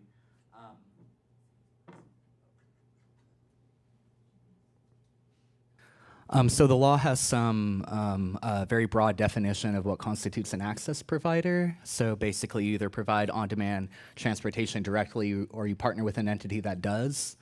The way programs that are based on some fee collection on TNC trips to provide wheelchair accessible vehicles, they are administered at the city level. So the city collects the money, and then they distribute it to largely the transportation providers that they regulate. So if I am a local government where the fee is being collected, the law says that the money has to be given out proportionally to where the monies are collected from, but potentially, as far as staff interprets it, a local entity that has some regulation over some of the transportation providers that you mentioned could apply for funding and then make and apply, and then so long as they fulfill the criteria that the commission outlines, they would be distributed the money and then able in turn to pass it through to those private, or for those providers that would be actually providing the transportation service. So because this is California regulates TNCs on a statewide basis, it's my understanding that's why the fee is collected by the state.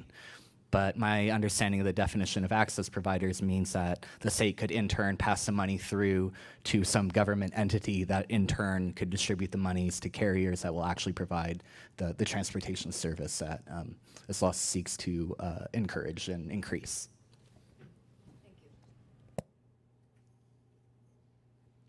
Hi, my name is Carlos Benavides. I chair the Patient Advisory Council at Rancho Los Amigos, so I deal a lot with Access and Metro. And as far as their safety, their training, their sensitivity training, it's excellent. Okay, my question to the young lady, you're doing all these projects, that's all I hear, okay, as far as with people with disabilities. We're doing all these programs, we don't know about them, okay? And I'm sure I would definitely know about it because I am sitting on the LA County Commission and nobody's ever come to us about this program. So we didn't even know it existed. This is the first time hearing about it. At Rancho Los Amigos, I represent 171,000 people with disabilities, okay? So over there, we never heard anything about it. So how do you get your information out? And how is somebody like myself supposed to, to understand this?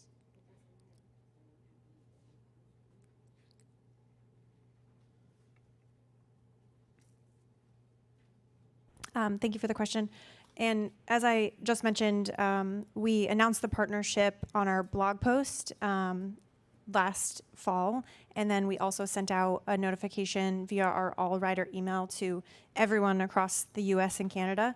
And I mentioned that I realized that that would not necessarily get to folks who weren't already receiving that email, so it may not have reached everyone. We also did share with disability advocate groups at the national level that this was happening and asked them to share with their networks. So we were hopeful that that would help get the word out. By no means do we expect that that would be exhaustive, and so we know that there's more work that we can do to get that out. Yeah. Okay, but my question is, how would I be on your blog if you guys aren't really handicap accessible? There's no reason for me to be looking for that particular department where I would get this information. Yes, understood on that. Just for the sake of making sure that folks on our conference line and otherwise participating remotely aren't completely disadvantaged in participating, I'd like to do one more comment from here for folks in the room, and then we received some questions and comments online that I'd like to read aloud, and then also provide some instruction about how folks on the phone can unmute their lines and provide comments and questions directly, because we have quite a few folks participating remotely in today's workshop. So I would like to move on, though, take one more question or comment from the folks here in the room before I read out some of the emailed questions and comments. Thank you. To kind of piggyback on Carlos's comment, right now you're actually in an advantage because very few people know about you. But when very few people can't access your vehicles, then that's a lot more telling than people not even knowing about it at all, is because those who do know, even the few that know, cannot access a single vehicle. So I'm kind of wondering how many vehicles are on your fleet currently, and have you also approached paratransit to see if there are some solutions that you can work with Access Services to figure out some ways of providing better service?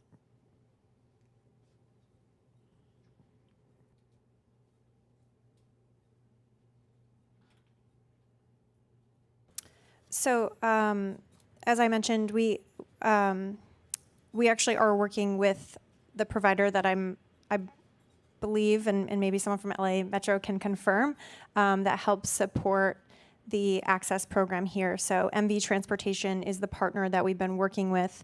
We've launched this partnership now with them in 7 markets, including San Francisco and Los Angeles. And they are typically a paratransit provider, so they have a lot of experience in this space and in providing that service.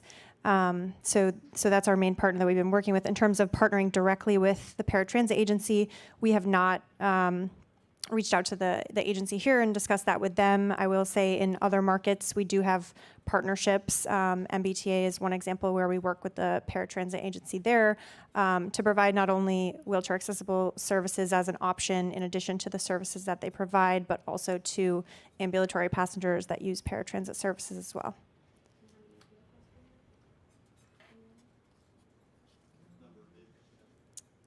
I'm sorry? She was asking the number of vehicles that are in the county through the partnership. I don't have that number off the top of my head. I know that through our partnership overall, they've added hundreds of vehicles across the cities that we've added.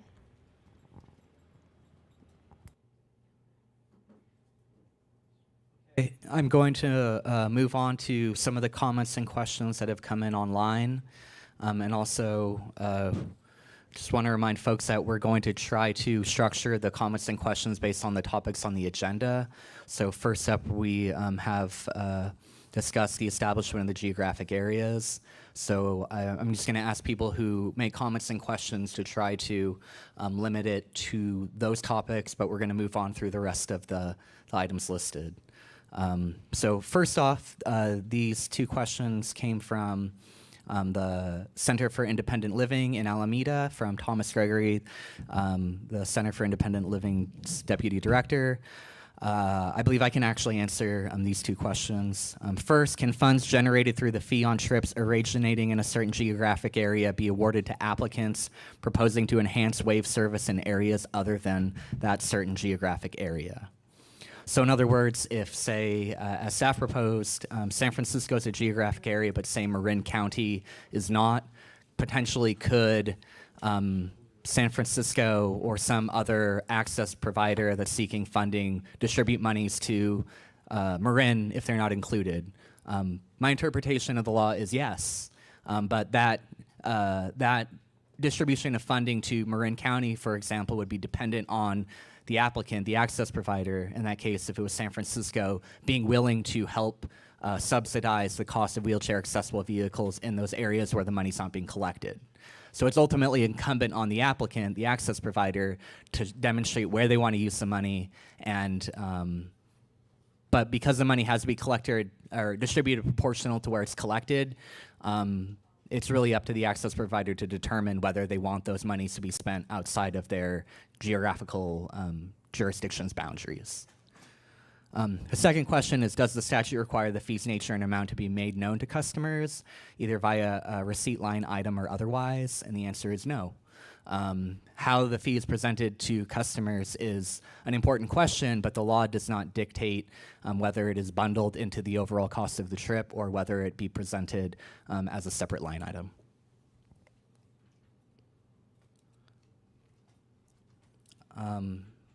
Next, I just want to answer a couple of questions regarding, this one's from June Kales, disability policy consultant. Regarding access fund fees, what's comparable data from other jurisdictions and where is the analysis? I can say that, I guess regarding the access fund fees, when staff did its analysis, we looked at jurisdictions where there is a fee imposed on TNC trips, some or all of which is used to fund wheelchair accessible vehicle transportation service. The amount of the fee amount varies from jurisdiction to jurisdiction. Portland, for example, has a 50-cent fee, but only a portion of that total amount is dedicated to wave service. They use the rest of the amount for funding regulation of TNCs generally. In some jurisdictions, it's like Portland, it's 10 cents per trip, and it's dedicated to wave service. Other jurisdictions have a fee that is applied to both taxis and TNCs. And they have different ways of structuring it, but there is a mixture of different ways that jurisdictions throughout the country have structured these, and that's how at least staff and its recommendations based the proposal of 10 cents. And then the second question is, will we make copies of slides available publicly? And the answer is yes. After today's workshop, we'll post them on the Commission's website at cpuc.ca.gov/TNC Access. Next up are a couple of comments and questions. For the sake of assuring everybody, I'm reading them as they're written. I'm not interpreting them or summarizing them. This comes from Ruthie Goldcorn. She identifies herself as part of the LAWA, the LA Airport Disability Access Advisory Committee, Californians for Disability Rights Incorporated. She says, I was unable to use the web access for the public hearing, so I'm on the phone. And yes, Mr. Waters, this is not a public workshop, it is a public hearing. Rideshare services are readily available to walking people, sighted people, and hearing people, not the 1 in 5 people with disability, and we are very pleased that SB 1376 is law and that the CPUC is acting on behalf of the 17 million people with disabilities in California. Thank you for that. I've never used a rideshare service. I do not own a smartphone or iPhone, but I did find out that I can download the app to my Android phone. Last week, I received the email that LA is a test city for Wave service, and I have an opportunity to participate. I will be downloading the app later today. I was told that there is a secondary registration on the website, so that all you have is so that you all have the accessibility requirement. I went to the Uber website today, and there is zero information about accessibility, 0 links for any type of registration, and 0 information about the Wave system service and how to obtain it. Why is that? Nothing about this is clear, easy, or readily available. Why is that? And she has a supplemental question. This is in response to Uber's correspondence about how to get information about the Uber Way program. In Ms. Harvish's comments, she said that Uber is doing more work to get the info out. What does that? I'm just going to summarize. Interpret, because what does that entail? What the hell is a blog? What does an email to certain people going out to have to do with this?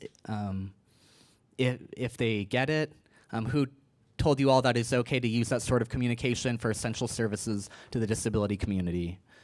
Sorry to be blunt, but you have to know that we are so angry that you all have been allowed to operate with 0 regard for 100% of the population. That concludes the questions or comments for in writing.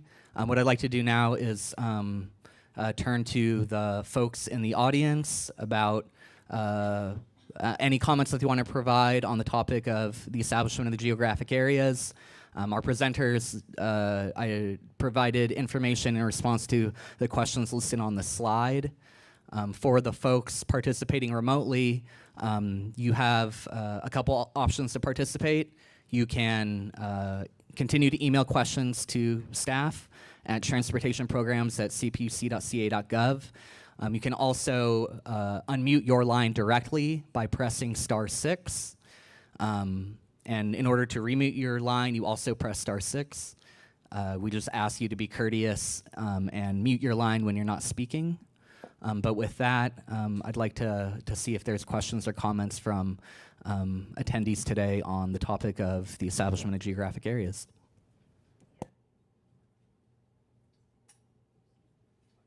We have somebody on the phone who indicated that they want to speak, so go ahead and go first, but we're going to ask you to go ahead and speak up so the folks in the room can hear you clearly.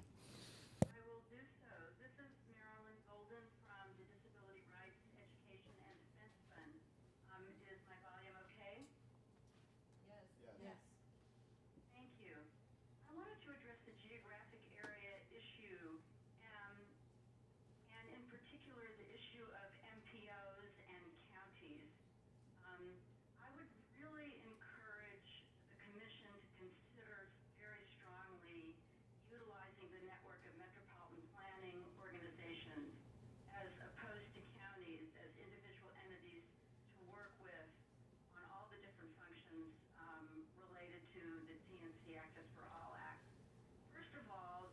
MPOs are far more closely geographically matched to large urban areas than other entities like counties, because large urban areas have, such as in the Bay Area, have many counties, obviously.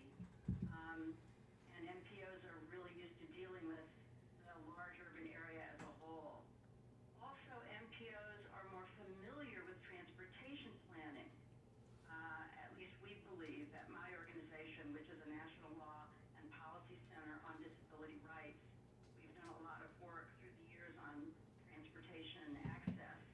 And we believe the MPOs to be also not only more familiar with transportation planning, but particularly with disability transportation issues than individual counties.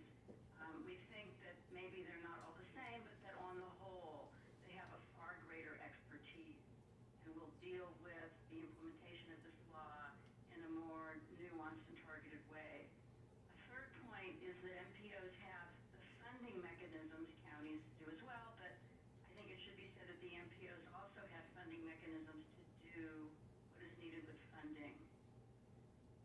Looking at a statewide level, as my fourth point, the MPOs cover the overwhelming majority of the state, with the rest covered by RTPAs. So I don't think using MPOs should be rejected just because they don't cover the entire state, because they and their sister organizations, the RTPAs, do that. And my fifth point, which is in response to something was said earlier today, it was, I think one of the TNCs mentioned that counties are a good entity to use because it's, they can figure out response times by county. Well, a county can still, just like a large urban area, can encompass high density and low density areas. But we believe that MPOs are perhaps probably the most capable entity you could pick to figure out response times by county or by whatever sub area within their coverage is appropriate, because they work with their areas, they're sensitive to the different areas and what densities they have and what transportation services they have. So for all these reasons, I really hope that we can strongly encourage you to work with MPOs directly. Thank you. Thank you. It occurred to me that although I read one of the comments and questions from from one of the individuals who emailed, I didn't ask for a response from to whom the questions were targeted. So again, I'll read out loud. This is from Ruthie Goldcorn. These questions are for Uber. What more work is the company doing to get information out? What is a blog? What is an email to certain people going to do? What are certain people going to do with that emailed information if they get it? And who told you it was okay to use that sort of communication for essential services to the disability community?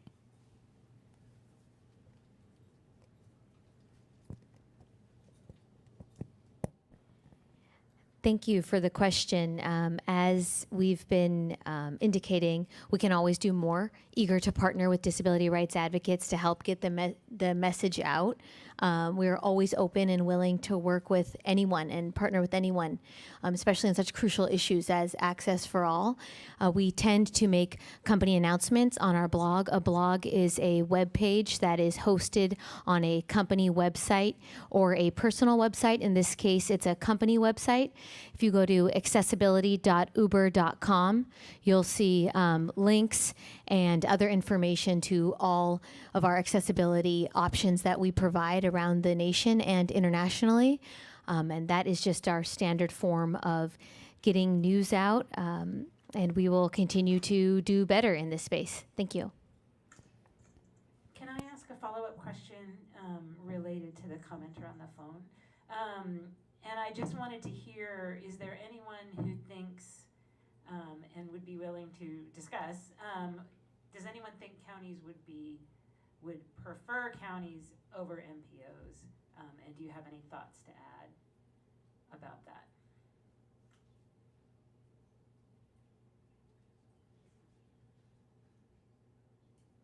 Thank you. This is James Andrew from LA Metro. In our comments, we recommend that fees be collected at the county level and returned to those counties where they are collected. As far as managing the distribution or however that is going to be managed, we feel that county transportation commissions in California do have the capability to do something like that. However, MPOs are often also a useful way to manage distribution of funds, and if counties choose to opt in to a regional approach, they should be able to do that as well. However, because the demand and the use of TNCs is going to vary greatly across every region, the funds should probably go back to the counties where they have been collected and not just distributed, throughout the regions. This is Shivani from Uber to answer that question. We're just quickly looking up what MPOs consist of online, so not fully aware if we can comment on which would be better at this point. Also, I think the person who emailed may be inferring that not everyone knows what a blog is or has access to the internet, or maybe even has a smartphone. And again, I don't know if there's information as to how folks access information or how they find information. But again, I don't know if there's the answer today. But I think she's inferring that you've got to explore additional ways to get the word out besides the digital way of getting the word out. I mean, my dad, if he could use a payphone, he would still be using the payphone. A few quarters in his pocket. Okay. He's tried the smartphone, he's tried the flip phone, and he's 93 years old. So, I think that's her point. Definitely, point taken.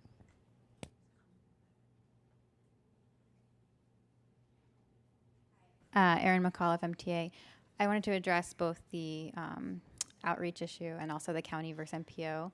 I think the distinction we'd like to make about county versus MPO is establishing the geographic areas at a county level would be responsible, as James mentioned, for the collection and distribution of funds, but you could leverage MPOs in a regional area to still administer those in multiple counties. It wouldn't have to be for the whole region. And then for the outreach, I think this conversation brings up a good point for the reporting. As we mentioned, having quantitative impacts of outreach being reported so that we do know what impact outreach is having, that it's actually reaching folks and it's not just a blog post that is only seen by current users. I just have to be clear that it's not just the blog post. We do have partnerships with national disability organizations. I'm sorry.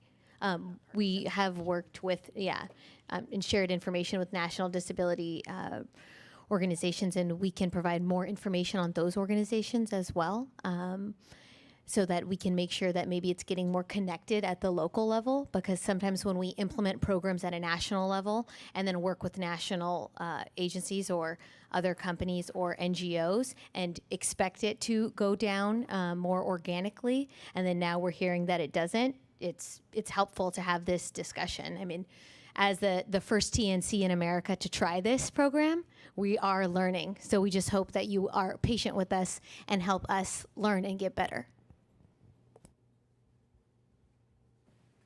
Hi, Brian Lane with San Diego Association of Governments, and we haven't presented yet at the workshops, but we hear that there'll be a workshop in San Diego, so we look forward to having you down there, and we'd like to present at that time. But we do want to express that we do agree with the sentiments from Andrew from Metro and Aaron from San Francisco on most of what they presented, but we'll go into further details at the next workshop. In terms of geographic areas, I think like Aaron said, try to leverage what we already use for other programs that we have. So for the 5310 program that we receive federal dollars, SANDAG is the direct recipient of those dollars, and then we give that out to local grantees and cities for specialized transportation. So I think trying to look for a local or geographic area that's already kind of similar with that.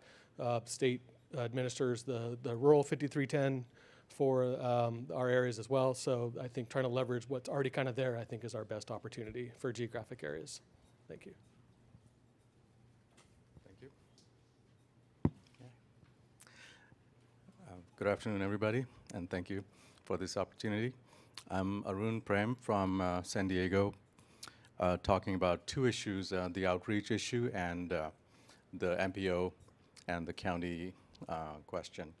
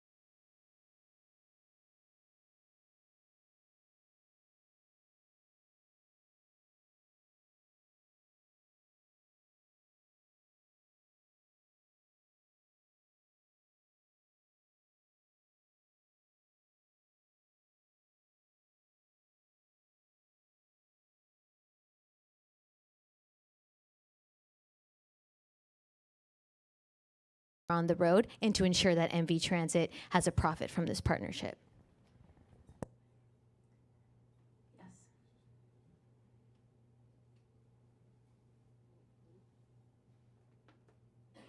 Randy Johnson with Access Services. Yeah, I just wanted to make a general comment that there was an earlier comment about engaging the MPO perhaps for collection and distribution, given their expertise in that area. But also, I would just submit to the TNCs that as the subject matter expert in delivery, Access should be considered as an asset to help you operationalize and to reach the maximum reach for our riders as well. So. And we had a comment down here.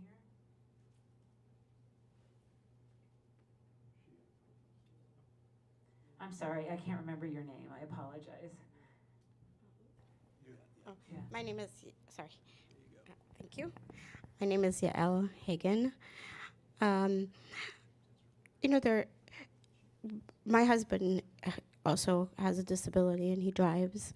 We're now in the process of having to replace our vehicle. Our vehicle has over 250,000 miles on it. And it is an accessible vehicle that my husband can drive.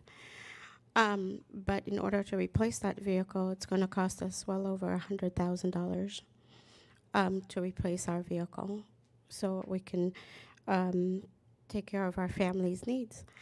So one of the way of perhaps using some of the funds somewhere down the line is to help maybe subsidize those who can drive and maybe be able to utilize their vehicles and drive for Uber or Lyft or any other TNC. So that's another kind of down the road possibility of how we can get more people with disabilities even involved in the employment part of that, so they can be employed as drivers if they have the ability to maneuver enough for that.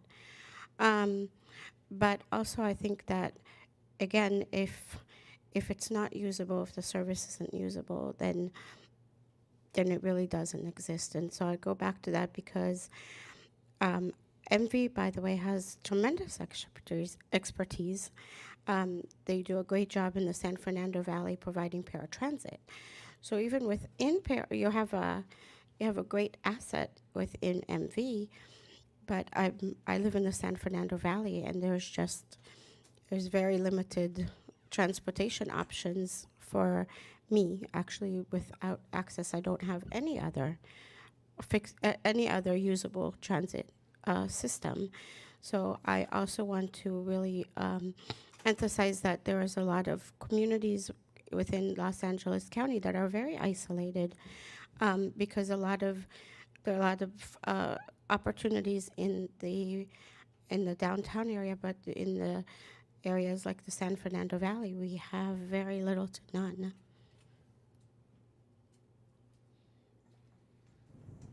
Okay. Do we have any other comments in the room? I have just a couple quick emailed questions. This is from Alex Elliott at LA County Department of Mental Health. These are for the TNCs. Will TNC companies provide a 24/7 call center to assist people who have trouble coordinating a ride, as well as to provide technical assistance and to offer an alternative to people with low levels of digital literacy who are uncomfortable using a smartphone or other device, or who have trouble navigating the Lyft or Uber apps? Accessibility needs to take into account the ability for a consumer with disabilities to coordinate TNC services for themselves. Second, will Lyft and Uber and other TNC websites and applications be required to be compliant with Web Content Accessibility Guidelines 2.1 accessibility requirements? TNC providers should regularly monitor to ensure the website is compliant with WCAG guidelines. Third, will TNCs offer a software solution to track billing, claiming, and outcomes data for community-based organizations and other legal entities, government agencies that will coordinate TNC rides for people with disabilities? Will TNCs provide technical support for software solutions to track billing, claiming, and outcomes data related to the TNC Access for All Act? And those are the questions. So I think those questions are useful in thinking about what some of the offset requirements might be. So I would encourage other parties to be thinking about questions along those lines about, you know, what you think companies should have to, the sort of the level of service companies should have to provide in order to qualify for the offsets. And then lastly, just a comment that came in. Lily Beth Navarro and Henry Claypool made a compelling statement about the understated business case. I work in emergency management and want to remind you of how important TNCs were in North Carolina when they offered discounted fee rides and last year during the presidentially declared disasters. TNCs can be a significant life-saving and life-sustaining resource for wheelchair users who are disproportionately impacted by the lack of transportation resources to evacuate and get accessible rides during and after emergencies. Given the increased frequency, impact, and duration of emergencies, this should be an element of discussion that should not be overlooked. This is from June Cales, a disability policy consultant. That's all the comments that have come in by email. Yes. I have a question real fast, if you don't mind. Uber, if somebody wanted to apply for an Uber job, they could go, right? They could just apply and they'll pass a written test or something, right? No, you would have to have your own vehicle. Okay, now, if you have your own vehicle and I were to get into your car, I could fold up my wheelchair and get into an Uber car. Are your drivers, let's just say one of your drivers gets into an accident, it's his fault. Does he have enough insurance to cover me, or would it go to Uber on account of that disability? Because I'm a C2 to a T1 tetraplegic. If I get to an accident, it's going to be very costly. So would I only be able to get this much from the Uber, or are you responsible for him? I know that, I'm not sure to that specificity. Can we get, do we have another mic? Oh, here you go. I can talk loud. Yeah, that's very important, especially with people with disabilities, you know, that we can be covered. Thank you. Thank you, and I'm sorry, I forgot your name. Can you say that one more time? I'm Carlos. Carlos, thank you, Shivani. Carlos, I don't know the details about the insurance to that level. What I do know is that we have insurance liability and coverage standards that we have to meet by law to cover a certain amount. And also, MV Transit has, I believe, and correct me if I'm wrong, I think all those that operate WAVE vehicles have to get an increased level of insurance. And I think that's another one hurdle to people purchasing WAVE vehicles is the added insurance costs. I don't know if I've misstated anything, but Okay. No, I'm just curious because I know you'll have a certain criteria to reach, okay? But once we start talking about people with disabilities, it's going to be a whole different scenario. Okay. Thank you. Okay, any other questions or comments in the room? On the phone? Okay, so thank you. Oh, did somebody on the phone want to say something? Yeah, this is Sherry Lance with United Cerebral Palsy. I just had a question. I guess the vehicles will be owned by MV, is that what you're saying? And then used by Uber drivers? And if that is intent, I guess my next question would be, where will those vehicles start off from? Will they all be starting off from the valley, or how are they going to cover all of LA County, I guess, is my question. And what happens when,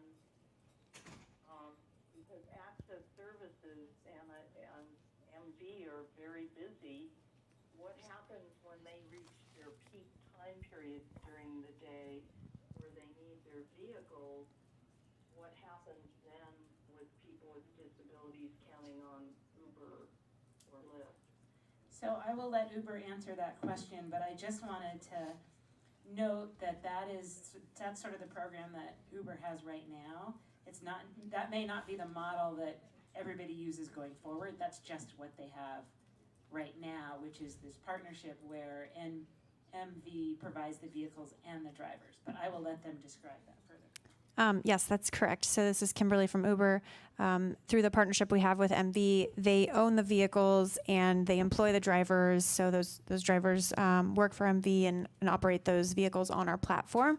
In terms of, you mentioned access and there being issues with when their vehicles are needed there. The vehicles are completely separate. So the vehicles that they're using for access are different vehicles. The vehicles that they're using on our platform, they're solely using for the purposes of operating on our platform.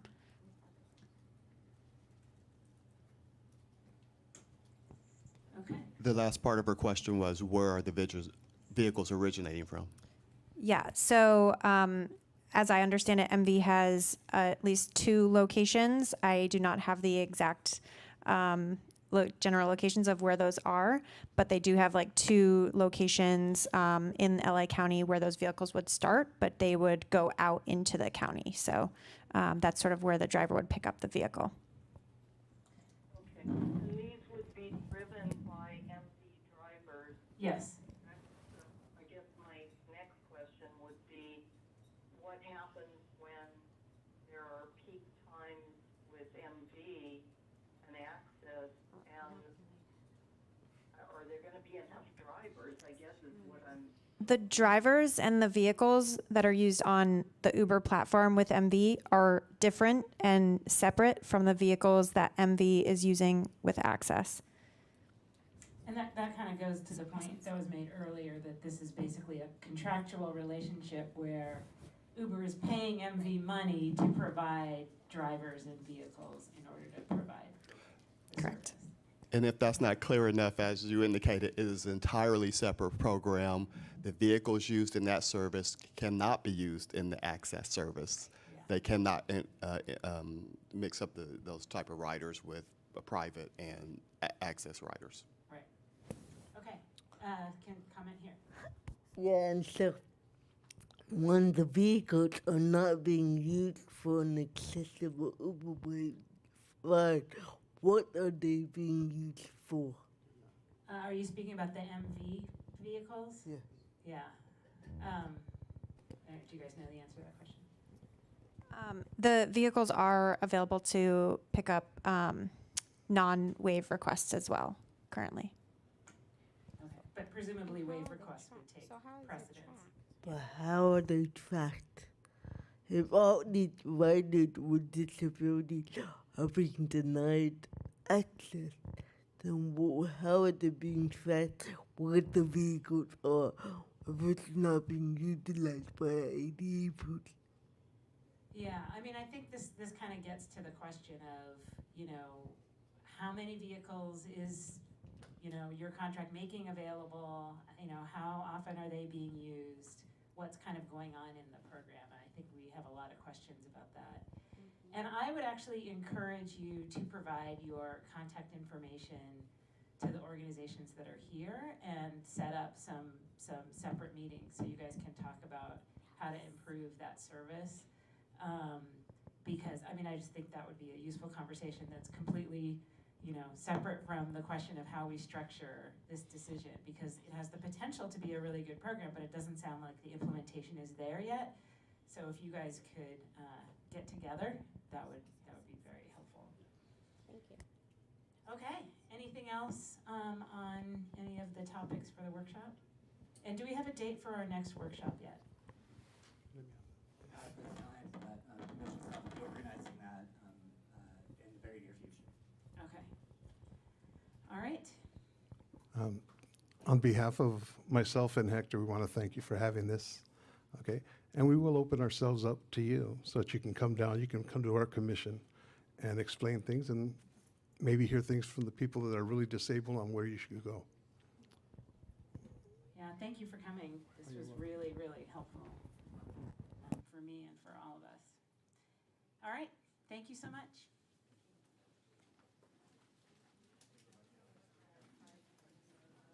So I didn't realize you